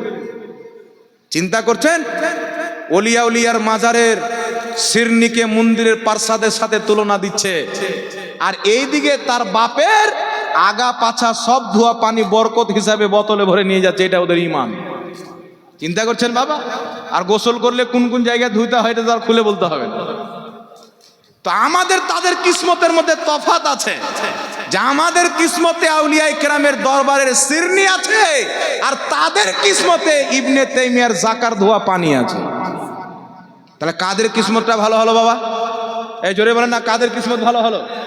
এইবার চলে আসেন পৃথিবীর মুসলমান। মন্দির আর মাজারের মধ্যে তফাৎ আছে। এখানে আল্লাহর দুশ্মন থাকে, এখানে আল্লাহর বন্ধু থাকে। মাজারের ব্যাপারে আল্লাহ পাক কি বলেছেন? পবিত্র কোরআন পাকে আল্লাহ বলছেন, ওয়াল্লাযীনা আমানু ওয়া আমিলুস সলিহাতি ফি রাওদাতিল জান্নাহ। আল্লাহ বলছেন যারা ঈমান এনে ভালো আমল করে দুনিয়া থেকে বিদায় নেয় তারা জান্নাতের রওজাতে থাকে, বাগানে থাকে। অর্থাৎ যারা ঈমান এনে ভালো আমল করে কবরে যায়, খোদা পাক তাদের কবরটাকে জান্নাতের টুকরা বানিয়ে দেয়। সুবহানাল্লাহ। তিরমিজি শরীফের মধ্যে হাদিস, রাসূল পাক বলছেন যখন আল্লাহর নেক বান্দাকে দাফন করা হয়, ওলিয়া উলিয়াকে দাফন করা হয়, সালেহিনকে দাফন করা হয়, তার কবরটাকে আল্লাহ রিয়াজুল জান্নাহ, জান্নাতের বাগান বানিয়ে দেয়। কোথায় মন্দির জাহান্নামের টুকরা, কোথায় মাজার হচ্ছে জান্নাতের বাগান। যার জান্নাত আর জাহান্নামের ব্যাপারে আমার খোদা কোরআন পাকে বলতেছেন, কি বলতেছেন? লা ইয়াস্তাবি আসহাবুন নারি ওয়া আসহাবুল জান্নাহ। জান্নাতি জাহান্নামী বরাবর হতে পারে না। আরে ওই কিয়ামতের ময়দানে মূর্তি জাহান্নামে যাবে, খোদার ওলিয়া উলিয়া বান্দা জান্নাতে যাবে। জোরে বল সুবহানাল্লাহ। তাহলে জান্নাতি আর জাহান্নামী কোরআন বলছে বরাবর নয়, আর এরা বলছে দুটোই বরাবর। বলছে সুন্নিদের পীর বাবা উমুক বাবা ধুমুক বাবা, তো সুন্নিদের মায়ের কটা লোকের সাথে বিয়ে হয়েছে? একটা ওয়াহাবি মৌলবি বক্তব্যতে বলছে, ও আব্বা জানেরা, তো ওই জালসাতে কমসে কম 5,000 লোক আছে। তা আমি একটা ওয়াহাবিকে জিজ্ঞাসা করলাম যে আমরা পীরকে বাবা বললে তোমরা প্রশ্ন করো যে আপনার বাপের সাথে মায়ের বিয়ে হয়েছে না পীরের সাথে, ওকে কেন বাবা বলছো? তো তোমার আব্বা হুজুর বলছে ও বাবারা 5,000 লোক আছে, তাহলে তোমার হুজুরের মায়ের কি 5,000 লোকের সাথে বিয়ে হয়েছে? এই জন্য খোদার কসম, যেখানে জ্ঞান থাকে ওয়াহাবি থাকে না, ওয়াহাবি থাকলে জ্ঞান থাকবে না। এটা বাস্তব কথা বলছি মুসলমান, এরা কত মূর্খ।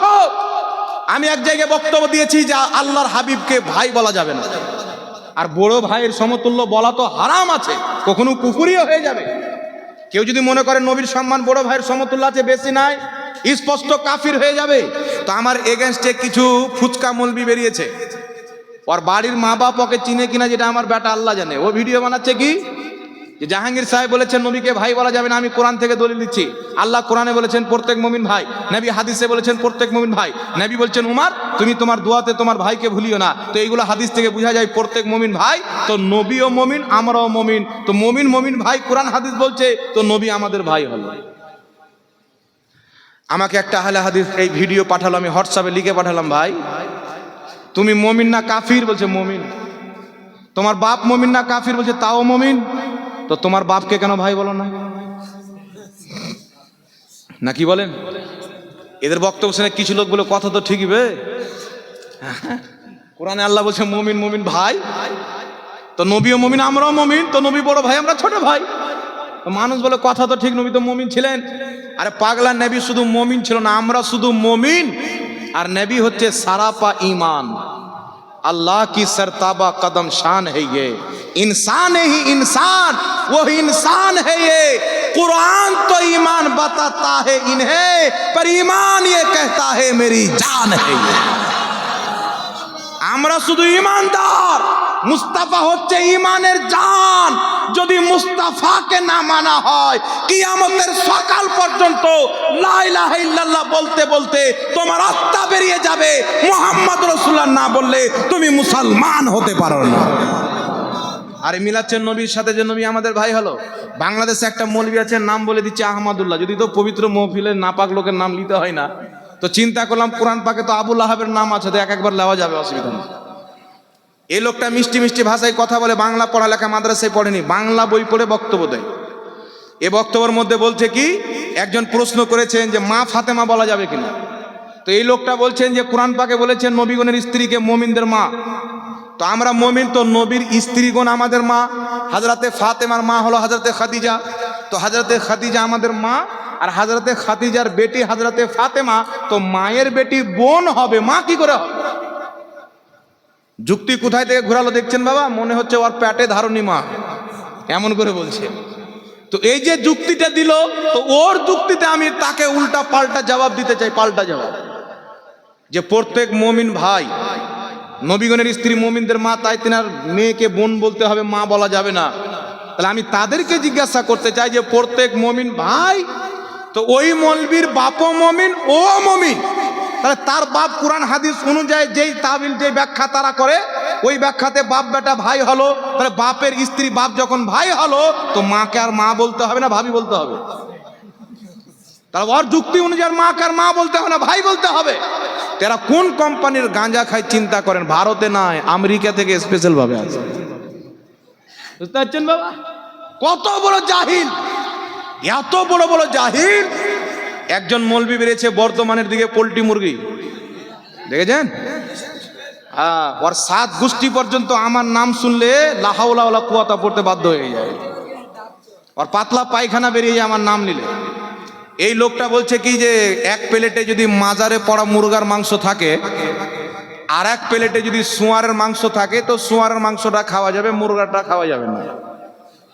এবার আমাকে তো কেউ কেউ ভিডিও পাঠাচ্ছে, একটা দেওবন্দি, ও কিন্তু দেওবন্দি মতে, একটা দেওবন্দি ফোন করে বলছেন যে এর উত্তরটা দেন আপনার ক্ষমতা থাকলে। আমি যে উত্তর কি দেবো? মুরগাগুলো আমাদেরকে দিয়ে দাও, শুয়ারগুলো তোমরা নিয়ে নাও। এর উত্তর আবার কি দেবো? তো কিসমতের ব্যাপার। মাজারে পেরে ওলিয়া উলিয়ার ওসিলাতে পেলাম না, কি বলেন?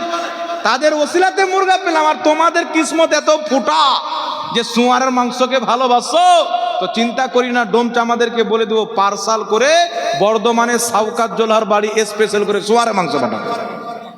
আর শুধু তাই নয় বিরাদ ইসলাম, এদের ধারণা দেখেন, মাজারে পড়া মুরগার মাংসকে কি বললো? শুয়ার চাইতো হারাম। কিন্তু কোনো দেওবন্দি আজ পর্যন্ত আমার চ্যালেঞ্জ অ্যাকসেপ্ট করতে পারেনি, আর কিয়ামত পর্যন্ত পারবে না। একটা কথা মনে রাখবেন, দেওবন্দির সাথে যদি মুনাজারা হয়, ওকে এক চুল্লো পানিতে মারতে আমাদেরকে 5 মিনিট টাইম লাগে। আর যদি আহলে হাদিস আমাদের সামনে চলে আসে, তো ওর আত্মা বের করতে 7 মিনিট টাইম লাগে, এর বেশি টাইম লাগবে না। এদেরকে আমরা চাটনিও মনে করি না, খোদার কসম হয়ে বলছি। এদের রক্ত কোনটা দিয়ে কত সাইজে কত স্পিডে রক্ত চলে, আর কোন পানি থেকে এরা এসেছে, ওটা পর্যন্ত আমরা রিসার্চ করে রেখেছি। মুসলমান সব রিসার্চ করা আছে আলহামদুলিল্লাহ। এখন আপনাকে বলছি শুনেন বাবা, আমার রাসূল সাল্লাল্লাহু আলাইহি সাল্লাম, আবু দাউদে হাদিস আছেন, একজন মহিলা বলছেন আল্লাহর নবী যদি যুদ্ধের ময়দান থেকে সহি সালামতে চলে আসে, তো আমি 2টা কাজ করব। এক, নবীর সামনে ঢোল বাজাবো, দফ ঢোল। আর দ্বিতীয়টা হচ্ছে, উনি একটা বেওয়ানা নামক জায়গাতে একটা পশু জবাই করার মিন্নত মাংলেন, যে ওই জায়গাতে স্পেশাল ভাবে আমি একটা পশু জবাই করব। আল্লাহর নবী চলে এসেছেন আনন্দিত, বলছেন ইয়া রাসূলুল্লাহ, আমি 2টা মিন্নত মেনেছি, আপনি যদি ইজাজত দেন, অনুমতি দেন, আমি আমার মিন্নতকে পূর্ণ করব। তো রাসূল পাক সাল্লাল্লাহু আলাইহি সাল্লাম বলছেন কি? বলছেন একটা আপনার সামনে আমি ঢোল বাজাবো, এক তাবকা ঢোল, যাকে দফ বলা হয়। তো নবী বললেন বাজাও, উনি ঢোল বাজালেন। দ্বিতীয় নাম্বার বলছেন ইয়া রাসূলুল্লাহ, আমি অমুক জায়গাতে, জায়গাটার নাম মুহাদ্দিসিনে কেরাম লিখেছেন বেওয়ানা, সেই জায়গাতে আমি একটা পশু জবাই করব, মিন্নত মেনেছি। তো আল্লাহর নবী বললেন সেখানে কি মুশরিকদের কোনো পূজাখানা আছে, মন্দির টন্দির এগুলো আছে, তাদের মেলা ফেলা আছে? বলছেন না। তাহলে তুমি তোমার মিন্নত পূর্ণ করো। তিনি ওই নির্দিষ্ট জায়গাতে গিয়ে, মিন্নত আল্লাহর জন্যই ছিল, একটা জায়গা নির্দিষ্ট করেছিলেন বেওয়ানা নামক জায়গা, সেখানে গিয়ে তিনি ওই জানোয়ারকে খোদার নামে জবাই করলেন, নবী অনুমতি দিলেন। এখন আপনাকে বলতে চাই, একদিকে বেওয়ানা নামক জায়গা, একদিকে আউলিয়া কেরামের মাজার। কুরআন বলছেন ওলিদের মাজার হলো জান্নাতের বাগান, হাদিস বলছে ওলিদের মাজার হলো জান্নাতের বাগান। কারণ আল্লাহ কুরআন পাকে বলছেন, কেউ যদি ঈমান এনে ভালো আমল করে কবরে যায়, তার কবরকে আল্লাহ পাক জান্নাতের বাগান বানিয়ে দেয়। নবী বলছেন জান্নাতের বাগান বানিয়ে দাও। আরে বেওয়ানা নামক জায়গা ছিল, মুশরিকদের মেলা হতো না, কিন্তু একটা পাক পবিত্র জায়গা ছিল, সেখানে তিনি মিন্নত মানলেন পশু জবাই করার, নবী মুস্তাফা অনুমতি দিলেন। তাহলে যেই জায়গাকে খোদা পাক জান্নাতের বাগান বলেছেন, রাসূলে পাক যে আউলিয়া কেরামের কবরকে জান্নাতের বাগান বলেছেন, কেউ যদি সেই কবরে নিয়ে গিয়ে খোদার নাম নিয়ে পশু জবাই করে, কিয়ামত পর্যন্ত একে কেউ হারাম প্রমাণ করতে পারবে না। এই হাদিস থেকে ইস্তেমবাদ করে 100% এটা জায়েজ হয়। জোরে বল সুবহানাল্লাহ। বৈধ ব্যক্তিদের জন্য বৈধ, অবৈধ ব্যক্তিদের জন্য কি আছে সেটা তারা বলবে। এই জন্য পৃথিবীর মুসলমান বিশ্ববিখ্যাত ফকি ও মুহাদ্দিস ইমাম মোল্লা জীওয়ান রহমাতুল্লাহ আলাইহি যেই বর্ধমানের পোল্ট্রি মুরগি বলেছে, তার বাপ শওকাত ইনার লেখা কিতাব পড়ে মৌলবি হয়েছে, নুরুল আনোয়ার করেছেন না হাজরা? সব মাদ্রাসায়, কালিয়াচকে তো মাদ্রাসার অভাব নাই, মোথাবাড়িতে অভাব নাই, বড় বড় মাদ্রাসা, সব মাদ্রাসাতে, দেওবান মাদ্রাসাতেও একটি কিতাব পড়া হয় নুরুল আনোয়ার, লেখকের নাম ইমাম মোল্লা জীওয়ান রহমাতুল্লাহ, যিনি আওরঙ্গজেব বাদশার ওস্তাদ ছিলেন। এই ইমাম মোল্লা জীওয়ান রহমাতুল্লাহ একটি কিতাব লিখেছেন তাফসিরাতে আহমাদিয়া, যেটা বেইরুত লেবানন থেকে ছাপা হয়েছে, সেই কিতাবের 56 পৃষ্ঠা। আর যেটা দেওবান থেকে ছেপেছেও বর্ধমানের পোল্ট্রি মুরগির বাপ, ওরই বাপ দাদা দেওবান্দে বসে আছে, ওরাই ছাপিয়েছে। ওই কিতাবের 46 পৃষ্ঠার মধ্যে ইমাম মোল্লা জীওয়ান রহমাতুল্লাহ আলাইহি বলতেছে যে আউলিয়ায়ে কিরামের মাজারে মুসলমানেরা মুহাব্বতে ইসালে সওয়াব হিসাবে ওলিয়া উলিয়ার মাজারে গরু নিয়ে যায়, ছাগল নিয়ে যায়, বকরি নিয়ে যায়, জবাই আল্লাহরই নামে করে। ইমাম মোল্লা জীওয়ান বলছেন হালালুন তাইয়্যিবুন, ওটা পবিত্র এবং হালাল। আর জোরে বলেন না সুবহানাল্লাহ। পবিত্র এবং হালাল। আর কিয়ামতের সকাল পর্যন্ত কেউ হাদিস তো দূরের কথা, মুহাদ্দিসের কিতাব তো দূরের কথা, একটা চটি বইও দেখাতে পারে না যে ওটা হালাল। পৃথিবীর কোনো কিতাবে নাই। ও বেটা ডাবচোর বলে দিয়েছে, ও তো মাদ্রাসায় চুরি করেছে, ওই ঘোড়ার ডিম পড়েছে, ও চুরি করেছে। আর এদিকে কলকাতার দিকে একটা আছে, এ রাজমিস্ত্রি করেছে। এ আপনাদের কালিয়াচকের দিকে চলে দিয়ে কি ভাবলা, বাবলাতে এসে বলছে, জিজ্ঞাসা করছে পীর মানা যাবে? তো বলছে পীর না, ঘোড়ার ডিম। বলছে ঘোড়ার ডিমের যেমন বাস্তবতার সাথে কোনো মিল নাই। ডাক্তারের কাছে, আমার অমুক ডাক্তারের কাছে হাত আছে, অমুক ডাক্তারের কাছে হাত আছে, আমার চোখ উঠেছে, এই কথার যেমন বাস্তবতার সাথে কোনো মিল নাই, তেমন পীরের ইসলামের সাথে কোনো সম্পর্ক নাই। কথা তো বেটা ভুল বলেনি, ঠিকই বলেছে। সুয়ারের গলাতে কি সোনার হার মানায়? কোনো ব্যক্তি যদি কুকুরের গলাতে সোনার মালা দেয়, তো কুকুরকে কি মালাটা মানাবে? তো ওয়াহাবি তো খ্রিস্টানদের তৈরি করা জামাত, তারা ওলিয়া উলিয়া কাহা পাবে? তাদের বড় বড় বাপ দাদা তো খোদাকে মিথ্যাবাদী লিখেছে, নবী পাকের গুস্তাকি করে জাহান্নামের কুকুর হয়ে মরেছে। আরে ওলি ওদের দলে হবে যাদের ঈমান থাকবে। আহলে সুন্নাতে দেখে গৌসে আজম আল্লাহর ওলি, হিন্দুস্তানে খাজা মঈনুদ্দিন চিশতি আল্লাহর ওলি। আর যেই ব্যক্তি মুসলমানের ওলি কি করে হবে? হযরতকে যদি জিজ্ঞাসা করেন হুজুর ওলি কাকে বলে, তো উত্তরে বলবেন কোন বান্দার ইবাদতকে যদি আল্লাহ কবুল করে নেয় তাকে ওলি বানিয়ে। আর ইবাদত কবুল হওয়ার জন্য ঈমান থাকা শর্ত। ঈমান নাই তো নামাজ নাই, রোজা নাই। ঈমান আছে তবেই তো নামাজ রোজা ফরজ আছে। রাসূল পাক বলছেন মিশকাতের হাদিস, বুনিয়াল ইসলাম আলা খামসিন, ইসলামের ভিড় 5টি জিনিসের উপরে। প্রথম হচ্ছে লা ইলাহা ইল্লাল্লাহ মুহাম্মাদুর রাসূলুল্লাহ। এই ঈমান যদি ঠিক হয় তাওহীদ আর রিসালাতের ব্যাপারে, তাহলে নামাজ রোজা হজ যাকাত অবধি যেতে পারবেন। আর এখানেই ডগমগিয়ে গেলেন তো কিছুই ফরজ হবে না। কথা বুঝতে পারছেন কি পারেন না বাবা? তো এদের জামাতের তো ঈমান নাই। ইংরেজদের দেওয়া আকীদা তারা প্রচার করে, খ্রিস্টানদের দেওয়া আকীদা, কুরআন হাদিসের অপব্যাখ্যা করে তারা বৈধ প্রমাণ করে মানুষকে গুমরাহ করে। কিন্তু কিয়ামতের সকাল পর্যন্ত, নবীর যুগ থেকে নিয়ে এখন পর্যন্ত, না নবীর ওসিলা কেউ নাজায়েজ বলেছেন, না ওলির ওসিলা নাজায়েজ বলেছেন। এই আকীদা আসলো কোথায় থেকে? আমেরিকার ফান্ডিং থেকে এসেছে, ইংরেজদের টাকা থেকে এসেছে। এই জন্য পৃথিবীর মুসলমান যাদের ঈমান নাই, তাদের তো নামাজই কবুল নয়, তো তারা ওলি পাবে কোথায়? আর যাদের ওলি নাই তারা মানবে কোথায়? তো বুঝা কি গেল, কুকুরের গলাতে সোনার মালা মানায় না, ওয়াহাবি পীর মানবে, এটা হতেই পারে না। কারণ জাতে তো জাহান্নামের কুকুর। নবী খাওয়ারিজকে ইবনে মাজার হাদিসে জাহান্নামের কুকুর বলেছেন। তো এইগুলো দুনিয়ার কুকুর, তারা জাহান্নামের কুকুর। তো এই কুকুর চাইতে তো ওটা খারাপ। কোরআন পাকে আল্লাহ আসহাবের কুত্তাকে যে আলোচনা করেছেন, এই আসহাবে কাহফের কুকুর জান্নাতে যাবে, যার নাম হলো কিতমির। কেন যাবে জানেন? এ নবীর দরবারে থাকতো না, আল্লাহর ওলিদের দরবারে থাকতো। কুরআন পাকে আল্লাহ সেই কুকুরের আলোচনা করেছেন। আর তাজ্জুবের কথা হলো, মানুষের সংখ্যাতে কোনো জায়গায় কম, কোনো জায়গায় বেশি বয়ান হয়েছে কোরআন পাকে, কিন্তু কুকুরকে আল্লাহ কোথায় বাদ দেননি। একটা কুকুর যার আলোচনা আল্লাহ পাক কুরআন পাকে করেছেন, আর আমার নবী মুস্তাফা সেই কুকুরকে জান্নাতি বলেছেন। কারণ জিজ্ঞাসা করা হলে উত্তর পাওয়া যাবে, সেই কুকুর আল্লাহর ওলিদেরকে মহব্বত করত। তাই খোদা কিয়ামতের ময়দানে জান্নাতীদের রূপ দিয়ে ওই কুকুরকে জান্নাতে পাঠাবে। যারা বলে ওলিয়া উলিয়া পীর মাশায়েখ মানা যাবে না, কুকুর চাইতে খারাপ হলো কি হল না বাবা? একটু জোরে বলেন। এটা তো হাদিস দ্বারা প্রমাণ হয়ে গেল, কোরআন দ্বারা প্রমাণ হয়ে গেল। এই জন্য পৃথিবীর মুসলমান এইগুলো যে জাহিল বেরিয়েছে, এখন এদের কিতাবের মধ্যে কি লেখা আছে আমি আপনাদের সম্মুখে কয়েকটা দলিল উপস্থাপন করতে চাই। যেই ব্যক্তি বলেছেন, কটা বললো হজরত? টাইম হয়ে গেছে নাকি? 10 থেকে 15 মিনিট শুনেন, শুনেন। এদের কিতাবের মধ্যে কি লেখা আছে? দেওবন্দীদের বড় আলিম যার নাম হচ্ছে রশিদ আহমদ গাঙ্গোহী। এই রশিদ আহমদ গাঙ্গোহী নিজের কিতাবের মধ্যে লিখেছে, কিতাবটির নাম হলো ফাতাওয়া রশিদিয়া। কি লিখতেছে? বর্ধমানের পোল্ট্রি মুরগির রুহানি বাপ কি লিখছেন, ওর বাবারও বাপ লিখতেছেন। ওকে জিজ্ঞাসা করা হলো যে মন্দিরের প্রসাদ খাওয়া কি জায়েজ না না জায়েজ? তো উত্তরে বলছেন, কোনো ব্যক্তি যদি মন্দিরের প্রসাদ নিয়ে এসে দেয়, পরাঠা নিয়ে এসে দেয়, আরো অন্য কিছু বাগাইরা বাগাইরা অন্য কিছু, মানে পাঁঠার মাংসও যদি দেয়, তো বলছে ইসকা লেনা और খানা দুরুস্ত হে, এটা খাওয়া ঠিক। মন্দিরের প্রসাদ খাওয়া ঠিক, মন্দিরের পরাঠা খাওয়া ঠিক, বাগাইরা আরো অন্য কিছু, তো পাঁঠার মাংসও খাওয়া তাদের নিকটে ঠিক। আর শুধু তাই নয়, পৃথিবীর মুসলমান তাদের মোল্লা সাহেব লিখতেছেন, আঙুলে যদি নাপাক জিনিস লেগে যায় 3 বার চেটে নিলে পাক হয়ে যাবে। চিন্তা করছেন?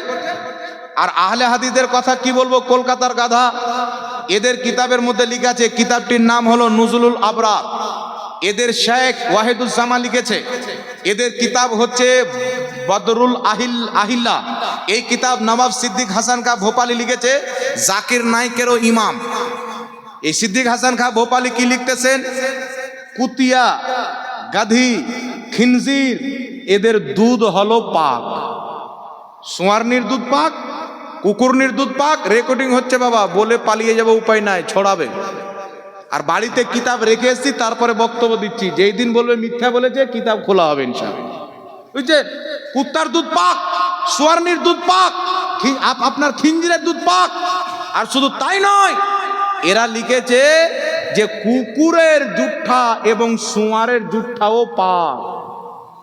কুকুর বা সুয়ার যদি থালাতে মুখ দিয়ে দেয়, পানিতে মুখ দিয়ে দেয়, তো ওয়াহাবিদের নিকটে ওই পানিটা পাক, খাওয়া যায়, উজু করলে উজুও হবে। তাই চিন্তা করেন বাবা, যারা আল্লাহ ওয়ালাদের দরবারের মুরগাকে হারাম বলে, আল্লাহ পাক তাদেরকে সুয়ারের জুঠা খাইয়ে ছাড়ে। চিন্তা করেন। শুধু তাই নয়, পৃথিবীর মুসলমান ওয়াহাবিদের কিতাবের মধ্যে লেখা আছে, এরা ফাতাওয়া আলমগীরকে নিয়ে চুলকানি করে। দেখেছেন না ইউটিউবে? কয়েকটা মৌলবি বেরিয়েছে, ওই যে ফাতাওয়া আলমগীরিতে আছে কুকুরের ব্যবসা করা যায়। আচ্ছা বাবা, ফাতোয়া আলমগীরিতে মাসলা আছে, কিন্তু এই মাসলার প্রতি ফাতোয়া নাই। কিছু মাসলা থাকে, তার প্রতি ফাতোয়া থাকে না। ফাতোয়া আলমগীরিতে আছে, কোনো মুসলমান যদি কুকুর জবাই করে, আর কোনো অমুসলিম যারা কুকুরের মাংস খায়, তারা যদি এসে বলে কুকুর তো তোমরা খাও না, আমাকে বিক্রি করে দাও, তাহলে মুসলমান যদি বিক্রি করে দেয়, তাহলে এটা তার জন্য জায়েজ হয়ে যাবে। নাজেজ হওয়ার কিছু, ফেলে দেওয়ার চাইতে ওকে বিক্রি করে দেওয়া ভালো। কিন্তু এর প্রতি ফাতোয়া নাই। তো এরা কি এই মাসলাটা বয়ান করে মেসেজ দিতে চায় যে হানাফিদের কিতাব ফাতাওয়া আলমগীরিতে 80% মাসলা ভুল আছে। কিন্তু চিন্তা করেন বিরাদ ইসলাম, এদের কিতাবের মধ্যে, ওয়াহাবিদের কিতাবের মধ্যে লেখা আছে, কি লিখছে তারা? বদরুল আহিল্লার মধ্যে, নুজুলুল আবরার মধ্যে কি লিখতেছেন যে কুকুর এবং সুয়ার এদের পেশাব এবং পাখানাও পবিত্র। বলছে সুয়ার খাওয়া হারাম, কিন্তু সুয়ার নাপাক নয়, পবিত্র। কুকুর হচ্ছে পবিত্র। এখন ফাতাওয়া আলমগীরির প্রতি যে ব্যক্তি আঙুল তুলে, আমি ওই টুপিওয়ালা শয়তানকে বলতে চাই যে শয়তানের কাজ না করে তোমাদের নিকটে তো কুকুরও পাক, কুকুরের পেশাবও পাক। তো আমাদের ফাতোয়া যদি হয় যে কুকুরকে বিক্রি করে দিলে জায়েজ হবে, তো তোমাদের নিকটে পাক জিনিসও তো বিক্রি করলো, তো তোমার তো আঙুল তোলার কোনো দরকার নাই। শুধু তাই নয়, পৃথিবীর মুসলমান এই ওয়াহিদুজ্জামা আহলে হাদিসদের ইমাম লিখতেছে, কোন ব্যক্তি যদি একজন মহিলার সঙ্গে কুকর্ম করে, আর সেই ব্যক্তির জেনাতে যদি মেয়ে জন্ম নেয়, তাহলে সেই ব্যক্তি, ওই মেয়েটা যদি বড় হয়, তাহলে সে নিজের মেয়েকে বিয়ে করতে পারবে। জোরে হবে না নাউজুবিল্লাহ? আল্লাহ কোরআন পাকে বলেছে তোমরা তিনটা চারটা বিয়ে করো। সমস্ত মুহাদ্দিস ফুকাহা সবাই একমত যে একসঙ্গে 4টা স্ত্রী রাখা ইসলামে বৈধ। এর মানে এটা নয় যে রাখতে হবে, কালকেও বিয়ে করে নিলে মা বোনরা গালি দিবে এখানকার, যে হুজুর বলে গেল আমার স্বামী বিয়ে করে নিল। হ্যাঁ, 4টা পর্যন্ত একসঙ্গে স্ত্রী রাখা শরীয়তে এটা জায়েজ আছে। কিন্তু এদের মৌলবি লিখতেছেন, আহলে হাদিসদের ফাতোয়া হলো যে 4 की कोई हद नहीं इससे ज्यादा भी रख सकती है। খোদা কুরআন পাকে বলছে 4টা অবধি রাখো, এরা বলছে 5টা রাখো, 6টা রাখো, 7টা রাখো, 8টা রাখো, কোনো সমস্যা নাই। তাহলে আপনারা বলেন এরা কুরআন হাদিসের দেওয়া ইসলাম মানে না জোকার নায়কের দেওয়া ইসলাম মানে? জাকির নায়ক যদি বলে যায় সুয়ারের পেশাব পান করা যায়, যারা ওটাই বিশ্বাস করবে। নায়ক যদি বলে দেয় খালাকে বিয়ে করা যায়, যারা খালাকে বিয়ে করা যায় মনে করবে। কিন্তু আমরা আহলে সুন্নাত ওয়াল জামাতের মধ্যে এইগুলো জেহালত চলে না। আমাদের নিকটে ওটাই যায় যেটা মুহাম্মদ রাসূলুল্লাহ জায়েজ করেছেন, ওটাই হারাম যেটা মুহাম্মদ রাসূলুল্লাহ হারাম করেছেন। আমরা বানোয়ার ধর্মকে বিশ্বাস করি না, আমরা নবী এবং সাহাবার ধর্মকে বিশ্বাস করি। এজন্য পৃথিবীর মুসলমান আহলে সুন্নাত ওয়াল জামাতের প্রতি কায়েম থাকতে হবে। আর রাসূলে পাক বলেছেন এমন একটা যুগ আসবে সকালবেলা বাড়ি থেকে বের হবে ঈমান নিয়ে আর বিকালে বাড়ি আসবে কাফির হয়ে। এখন কিছু মাস্টার মার্কেটে বেরিয়েছে, সবাই নয়, স্কুল গিয়েছে, 2-4টা ওয়াহাবি টিচার আছে, তাদের সাথে 2 ঘন্টা বসে ভুং ভাং বসিয়ে দিয়েছে, হে তোমরা মাজার যাও, তোমরা পীর পূজা করো, অমুক করো, ধুমুক করো। আচ্ছা বলেন তো বাবা, পীরের সম্মান করা যদি পূজা হয় তো হারামখোরের বেটা জাকির নায়কের সম্মান করছে, তো ও কি জাকির নায়কের পূজা করে? জি, আমরা পীরদের সম্মান করি যাদের কাছে নবীর খেলাফত আছে। আজকে হুজুর রাশিদ মাক্কি মিয়া ছিলেন নবীর আওলাদ, রাসূলুল্লাহর খানদানের লোক। নবী মুস্তাফা সাল্লাল্লাহু আলাইহি সাল্লাম বলছে সবার খানদান বেটার মাধ্যমে চলে, আমি মুস্তাফার খানদান ফাতেমার মাধ্যমে চলবে। তো নবীর আওলাদের যদি আমরা সম্মান করি তা আমাদেরকে বলছে পীর পূজারি, মাজার পূজারি। কিন্তু আজ পর্যন্ত কোনো ওয়াহাবির ক্ষমতা হলো না যেটা প্রুফ করে দিবে। শুধু বললে যদি হয়ে যায় তো আমরাও তো বলতে পারি ওয়াহাবিরা খিঞ্জিরের পূজারি, ইংরেজদের পূজারি, বলা তো সহজ, কিন্তু প্রমাণ কোনো মায়লাল করতে পারবে না। এগুলো কি? এইগুলো বলে নিজের ভক্তদেরকে টিকিয়ে রাখো আর গুমরাহিয়াতকে প্রচার করো। যত বেশি গুমরাহিয়াতকে প্রচার করবে অত বেশি সৌদির জাকাত আসবে, আমেরিকার ফান্ডিং আসবে। কিন্তু আলহামদুলিল্লাহ এখন পর্যন্ত নবী মুস্তাফার মাননেওয়ালা জিন্দা আছে, কিয়ামতের সকাল পর্যন্ত তাদের সাথে মোকাবলা করা হবে যারা মুস্তাফার দ্বীনের প্রতি হামলা করবে, নবীর শরীয়তের প্রতি হামলা করবে মুসলমান। তো মানে তারাও মানি আমরাও, কিন্তু তারা মানলে ওটা নাকি ইবাদত আর আমরা মানলে নাকি পূজা হয়ে। চিন্তা করছেন বাবা এদের দুনাজারি। ওর বাপ জকির নায়ককে আপনি খোদাও বলে দেন তো এরা কোনো মশলা লাগাবে না, কোনো টেনশন নাই। কিন্তু আমরা আউলিয়া কিরামকে আল্লাহর নেক বান্দা হিসাবে সম্মান করি, তাদের হাতে বায়াত গ্রহণ করি, যেটা সাহাবা করেছেন, নবী মুস্তাফা করেছেন। এটা করতে গেলে নাকি পীর পূজারি বলে। এটা জোরে হবে না নাউজুবিল্লাহ? এরা হচ্ছে নাফসের পূজারি। শয়তান এখন এলাকাতে বসে আছেন ঠান্ডা জায়গাতে, আর শয়তানের কাজ এই মৌলবীরা চালাচ্ছে। কেউ যদি শয়তানকে জিজ্ঞাসা করে তুমি আরাম কেন করছো, বলবে আমি তো খেলাফত দিয়েছি ওয়াহাবি মৌলবীদেরকে, আমার কাজ তারা ভালোই চালাচ্ছে, এখন আমি রেস্টে আছি। কথা বুঝে শিখাসিনি বাবা?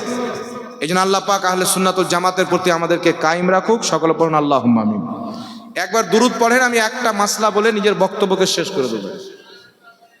একবার দুরূদ শরীফ পড়েন, আল্লাহুম্মা আলা সাইয়্যিদিনা মাওলানা মুহাম্মদ ওয়া আলা আলি সাইয়্যিদিনা মাওলানা মুহাম্মদ। আল্লাহুম্মা সাল্লি আলা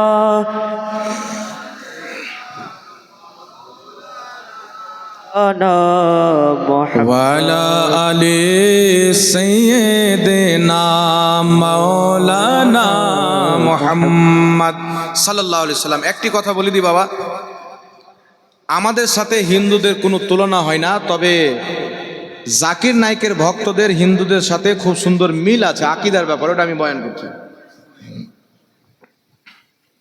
কোন স্বামী যদি রোজা থাকা অবস্থায় স্ত্রীর সাথে সহবাস করে তাহলে তার করণীয় কি? 2 মাস কন্টিনিউ রোজা রাখবে, নচেত 60 জন মিসকিনকে পেট ভরে 2 বেলা খাওয়াবে। হ্যাঁ, বিস্তারিত জানতে হযরতের সাথে যোগাযোগ করবেন। শুনেন বিরাদর ইসলাম, হিন্দু ভাইদের আকীদা কি একটু লক্ষ্য করে শুনেন। আমি কোনো ধর্মকে খারাপ বলতেছি না। আল্লাহ পাক কোরআনে বলছেন লাকুম দীনুকুম ওয়ালিয়া দিন, তোমরা তোমাদের ধর্মের প্রতি চলো, আমরা মুসলমান আমাদের ধর্মের প্রতি চলবো। এটা আমাদের ভারতের সংবিধানও বলে। কথা হচ্ছে বিরাদর ইসলাম, হিন্দু ভাইরা চিন্তা করলো যে মানুষের দুটা হাত হয়, তো যিনি ভগবান হবে, গড হবে, তিনি তো একটু গ্রেট হতে হবে, একটু উঁচু পর্যায়ের হতে হবে, শক্তিশালী হতে হবে। তো এক কাজ করো, 4টা বানিয়ে দাও। আবার কোনো হিন্দু ভাই চিন্তা করলো এর চাইতেও বড় করো, তাহলে 6টা বানিয়ে দাও। তো এক একটা মূর্তির 4টা, 6টা, 8টা, 10টা যে যত পারলো ততটা কিন্তু হাত বানালো। তো সেম আকীদা হচ্ছে বর্তমানে জাকির নায়কের মান্যওয়ালা। এরা কোরআন পাকের আয়াত পেল কি? আল্লাহ পাক কোরআন পাকে হাতের কথা বলেছেন, আল্লাহ পাক কোরআন পাকে চেহারার কথা বলেছেন। আল্লাহ বলছেন কিয়ামতের ময়দানে আমি জাহান্নামীদেরকে জাহান্নামে দিব, জাহান্নাম বলবে আল্লাহ আরো দাও, আরো দাও, তখন আল্লাহ পাক নিজের পাও জাহান্নামে রেখে দিবে। এইগুলো আয়াত থেকে বোঝা যায় আল্লাহর হাত আছে, আল্লাহর পাও আছে, আল্লাহর চেহারা আছে। আর হাত পাও চেহারা যখন আছে তো আল্লাহর দেহ আছে, আকার আকৃতি আছে।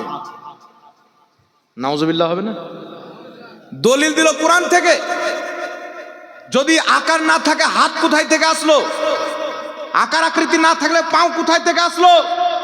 আর রাসূলে পাক বলছেন কিয়ামতের ময়দানে আল্লাহ পাক জান্নাতীদেরকে নিজের দর্শন করাবেন, জিয়ারত করাবেন, নিজের সাক্ষাৎ করাবেন। তো আল্লাহর যদি আকার আকৃতি না থাকে তাহলে জান্নাতীরা আল্লাহকে দেখবে কি করে? দেখবে কি করে? তারপর যুক্তি দিবে আল্লাহ যদি আকার আকৃতি না থাকে, যেই জিনিসের আকার আকৃতি নাই, ঠিক আছে, যার আকার আকৃতি নাই তার কোনো অস্তিত্ব নাই। আচ্ছা বলেন তো বাবা, এক জায়গাতে আমাদের আহলে সুন্নাত ওয়াল জামাতের 2টা ছেলে আছে, একটা ওয়াহাবি তাদেরকে গুমরাহ করার চেষ্টা করছে যে যার আকার আকৃতি নাই তার অস্তিত্ব দুনিয়াতে নাই। তো একটা সুন্নি ছেলে পাটাং করে একটা চর তার কান পাট্টাতে দিয়েছে, বলছে উগু মাগে, উগু মাগে। বলছে কি হলো? বলছে ব্যথা হচ্ছে। বলছে ব্যথা দেখা নাকি? ব্যথা দেখা। যদি ব্যথা না দেখাস তার অস্তিত্ব নাই, যুক্তি তো তোর। বলছে ব্যথা আছে কিন্তু তার আকার আকৃতি নাই। হাওয়া আছে, তার আকার আকৃতি নাই। খাট্টা মিষ্টি এগুলো আছে কিন্তু তার আকার আকৃতি নাই। দুঃখ কষ্ট আছে কিন্তু তার আকার আকৃতি নাই। তেমনি আল্লাহ পাক আছে, তার আকার আকৃতি নাই। এখন যেগুলো দলিল নাই বাবা, কোরআন পাকে 2 রকম আয়াত আছে। এখানে উলামায়ে কেরাম বসে আছেন। একটা হলো আয়াতে মুহকাম, আর একটা হচ্ছে আয়াতে মুতাশাবিহাত। একটু লক্ষ্য করবেন, পবিত্র কোরআন সূরা আলে ইমরান আয়াত নাম্বার 7 তিলাওয়াত করবেন। বাড়িতে যদি কানজুল ঈমান থাকে সেই কিতাবটা খুলে আলে ইমরানের 7 নম্বর আয়াতটার অনুবাদ দেখবেন। আল্লাহ পাক বলছেন এই কোরআন পাকে কিছু আয়াতে মুহকাম রয়েছে যেইগুলোর অর্থ প্রকাশ্য রয়েছে, কিছু আয়াতে মুতাশাবিহাত রয়েছে। যারা ঈমানদার তারা বলে এর অর্থ আল্লাহ পাকই জানে, আর যারা এই আয়াতগুলোকে নিয়ে লাড়াঘাটা করে, তার জাহিরি শব্দর প্রতি ঈমান আনে, তারা পথভ্রষ্ট হয়ে যায়। তো কি বুঝতে পারা গেল মুসলমান, যে কোরআন পাকের কিছু আয়াত আছে যার জাহিরি অর্থর প্রতি ঈমান আনা নাজায়েজ রয়েছে, আর কিছু প্রকাশ্য আয়াত রয়েছে যাকে আয়াতে মুহকাম বলা হয়, তার জাহিরি অর্থর প্রতি ঈমান আনা জায়েজ রয়েছে। এবার আমি একটা কথা বলি বাবা, আল্লাহ হাত পায়ের কথা বললেন, তো জাহিরি অর্থ নিয়ে জাকির নায়কের আকীদা হচ্ছে আল্লাহর হাত পাও আছে, তাই তো বলেছেন আকার আকৃতি আছে। এখন কোরআন পাক সূরা ফাত্তা আয়াত নাম্বার 10 আল্লাহ তাবারাক ওয়া তাআলা বলছেন হাবিব, এরা বলে না যে মুরিদ হওয়া জায়েজ নয়, বলে কি বলে না? কিন্তু আমার নবী নিজে মুরিদ করেছেন, কোরআন পাকে আছে। কোরআন পাক সূরা ফাত্তার আয়াত নাম্বার 10 নবী সাহাবীকে মুরিদ করেছেন। কোরআন পাক সূরা মুমতাহিনার আয়াত নাম্বার 12 নবী মুস্তাফাকে আল্লাহ অর্ডার করেছেন যে মহিলাদেরকেও মুরিদ করো। নবীর ইন্তিকালের পর আবু বকর সিদ্দিক মুরিদ করেছেন, উমর ফারুক মুরিদ করেছেন, মাওলা আলী মুরিদ করেছেন, ইমামে হুসেনও মুরিদ করেছেন, ইয়াজিদও মুরিদ করেছেন। ইয়াজিদ ছিল ভণ্ড পীর, হুসেন ছিল হক্কানি পীর। কথা বুঝতে পারছেন কি পারেন না বাবা? তো সূরা ফাত্তার 10 নম্বর আয়াতে আল্লাহ বলছেন হাবিব, যারা তোমার হাতে বেয়াত গ্রহণ করলো তারা আমি আল্লাহরই হাতে বেয়াত হলো। আমি আল্লাহর হাত তাদের হাতের উপরে। এখানে লক্ষ্য করবেন, নবী যারা তোমার হাতে বেয়াত হলো তারা আমি আল্লাহর হাতে বেয়াত হলো, আমি আল্লাহর হাত তাদের হাতের উপরে। তাহলে এই আয়াতের জাহিরি অর্থ যদি নেওয়া যায় তাহলে কি বুঝাবে? যে নবীর হাতে সাহাবা হাত দিয়ে বেয়াত করতেন, তাদের হাতের উপরে আল্লাহও হাত দিয়েছিলেন। তাহলে আল্লাহ যদি হাত দিয়েছিলেন তো সাহাবা দেখেছেন? দেখবি না? জোরে বলেন। জাহিরি অর্থ তো এটাই বুঝায়। নবীর হাতে যারা বেয়াত করলো, আল্লাহ বলছেন আমার হাতে বেয়াত করলো, তাদের হাতের উপরে আমার হাত। তো এখানে ওয়াহাবিরা বলবে যে হাত থেকে আল্লাহ পাকের কুদরত, আল্লাহর সিফাত বা আল্লাহর গুণাবলী বা আল্লাহর রহমত বা আল্লাহর বরকত। আমি বললাম গাঁজাখোর এখানে যেমন তাবিল করলে আয়াতে মুতাশাবিহাতের তাবিল বড় বড় ইমামরা নিজের কিতাবে করে রেখেছে, বলেন সুবহানাল্লাহ। আকিদার ইমাম ইমাম মাতুরিদি রাহমাতুল্লাহ আলাইহি তাফসিরে মাতুরিদির মধ্যে লিখতেছেন যে এই কোরআন পাকে আল্লাহ পাক হাতের কথা বলেছেন, পায়ের কথা বলেছেন, চেহারার কথা বলেছেন, পিণ্ডলির কথা বলেছেন। এর দ্বারা আল্লাহ তাবারাক ওয়া তাআলা নিজের কুদরতকে বুঝিয়েছেন, আকার আকৃতিকে বুঝায়নি। জোরে বলতে হবে সুবহানাল্লাহ। ইমাম বাইহাকি রাহমাতুল্লাহ আলাইহি কিতাবুল আসমা ওয়াস সিফাতের মধ্যে উল্লেখ করেছেন, যদি কোরআন পাকের কোনো আয়াত দ্বারা বা কোনো হাদিস দ্বারা আল্লাহর আকার আকৃতির কথা আছে, অর্থাৎ হাতের কথা আছে, পায়ের কথা আছে, চেহারার কথা আছে, আরো অঙ্গ পতঙ্গর কথা আছে, ইমাম বাইহাকি কম বেশি 1200 বছর পূর্বে আল আসমা ওয়াস সিফাত কিতাবে লিখছেন, এর দ্বারা আল্লাহর আকার আকৃতি সাব্যস্ত করা নাজায়েজ হবে। আল্লাহ এই শব্দ দ্বারা নিজের কুদরতকে বুঝিয়েছেন, নিজের গুণকে বুঝিয়েছেন, আকার আকৃতিকে বুঝায়নি। জোরে বল সুবহানাল্লাহ। সুবহানাল্লাহ। বিশ্ববিখ্যাত মুহাদ্দিস, সকলের গ্রহণযোগ্য ইমাম কুরতুবী রাহমাতুল্লাহ আলাইহি তাফসিরে কুরতুবীর মধ্যে উল্লেখ করেছেন যে আল্লাহ পাক যেখানে আকার আকৃতির কথা, হাত পায়ের কথা বলেছেন, তিনি বলছেন আল মুরাদু বিসূরাতিস সিফাত, আল্লাহ পাক এর দ্বারা নিজের সিফাতকে বুঝিয়েছেন, অর্থাৎ অঙ্গ পতঙ্গ দ্বারা নিজের সিফাতকে, কুদরতকে বুঝিয়েছেন, আকার আকৃতিকে বুঝায়নি। ইমাম ইবনে হাজার আসকালানি ফাতহুল বারিতে একই কথা বলেছেন। আর ইমাম নববী রাহমাতুল্লাহ আলাইহি শারহে মুসলিমের মধ্যে লিখতেছেন লা ইয়াজুজু আলাইহি সুবহানাহু তাআলা তাজাসসুমু। ইমাম নববী রাহমাতুল্লাহ আলাইহি বলছেন আল্লাহর ব্যাপারে আকার আকৃতি হওয়া, দেহু হওয়াটা অসম্ভব। আল্লাহ দেহু থেকে পাক এবং পবিত্র। জোরে বল সুবহানাল্লাহ। সুবহানাল্লাহ। প্রশ্ন হচ্ছে, আল্লাহর আকার আকৃতি যদি না থাকে তো জান্নাতে মুমিনরা আল্লাহকে কেমন করে দেখবে? ইমাম বাইহাকি আল আসমা ওয়াস সিফাত আকীদার কিতাবের মধ্যে লিখতেছেন, তিনি আকীদাবিদ ছিলেন, তিনি হাদিসবিদ ছিলেন, তিনি লিখতেছেন কেমন প্রশ্ন করাটাই ভুল। আল্লাহর ব্যাপারে কেমন শব্দটাই ইউজ করা জায়েজ নয়। কারণ ইমামে আযম আবু হানিফা রাহমাতুল্লাহ আলাইহি একজন ব্যক্তিকে দেখছেন উযু করছেন, রাসূলে পাক বলেছেন যেই ব্যক্তি উযু করবে হাত ধুলে তার হাতের গুনাহ ঝরবে, চেহারা ধুলে চেহারার গুনাহ ধরবে, কুল্লি করলে মুখের গুনাহ ধরবে, চোখের গুনাহ ধরবে। ইমামে আযম আবু হানিফা একজন উযু করছে আর আল্লাহ তাবারাক ওয়া তাআলা তিনাকে কাশফ ইলহামের মাধ্যমে দেখাচ্ছেন যে তিনার গুনাহগুলি ঝরছে। তো গুনার তো আকার আকৃতি হয় না, কিন্তু আল্লাহ পাক নিজের কুদরতে চাইলেন তো ইমামে আযম আবু হানিফাকে গুনাহগুলিকে দেখিয়ে দিলেন। তো রব্বে কায়নাত হাওয়ার কোনো আকার আকৃতি হয় না, উনি চাইলে হাওয়া দেখাতে পারে। আপনার খাট্টা মিষ্টির কোনো আকার আকৃতি হয় না, খোদা চাইলে সেটা দেখাতে পারে। আপনার ব্যথার কোনো আকার আকৃতি হয় না, খোদা চাইলে দেখাতে পারে। তেমনই জান্নাতে খোদার কোনো আকার আকৃতি নাই। আল্লাহ যেমন ভাবে ইচ্ছা করবে বান্দাকে তার দিদার করাবে। সুবহানাল্লাহ। সুবহানাল্লাহ। কেমন করে করাবে তোর প্রশ্ন করার কেরে? আল্লাহ কি করে করাবে না করাবে আল্লাহর ব্যাপার। তোর বাপের জমি যে মাকাই বুনবো না কালাই বুনবো, তুই কে প্রশ্ন করনেওয়ালা? আর যুক্তি দিয়ে আকীদা তৈরি হয় না। তারা নিজের কিতাবে লিখছে যুক্তি করা, কিয়াস করা শয়তানের কাজ, আর বেটা কিয়াস দিয়ে আকীদা প্রমাণ করছে। যদি আকীদার জন্য নাসে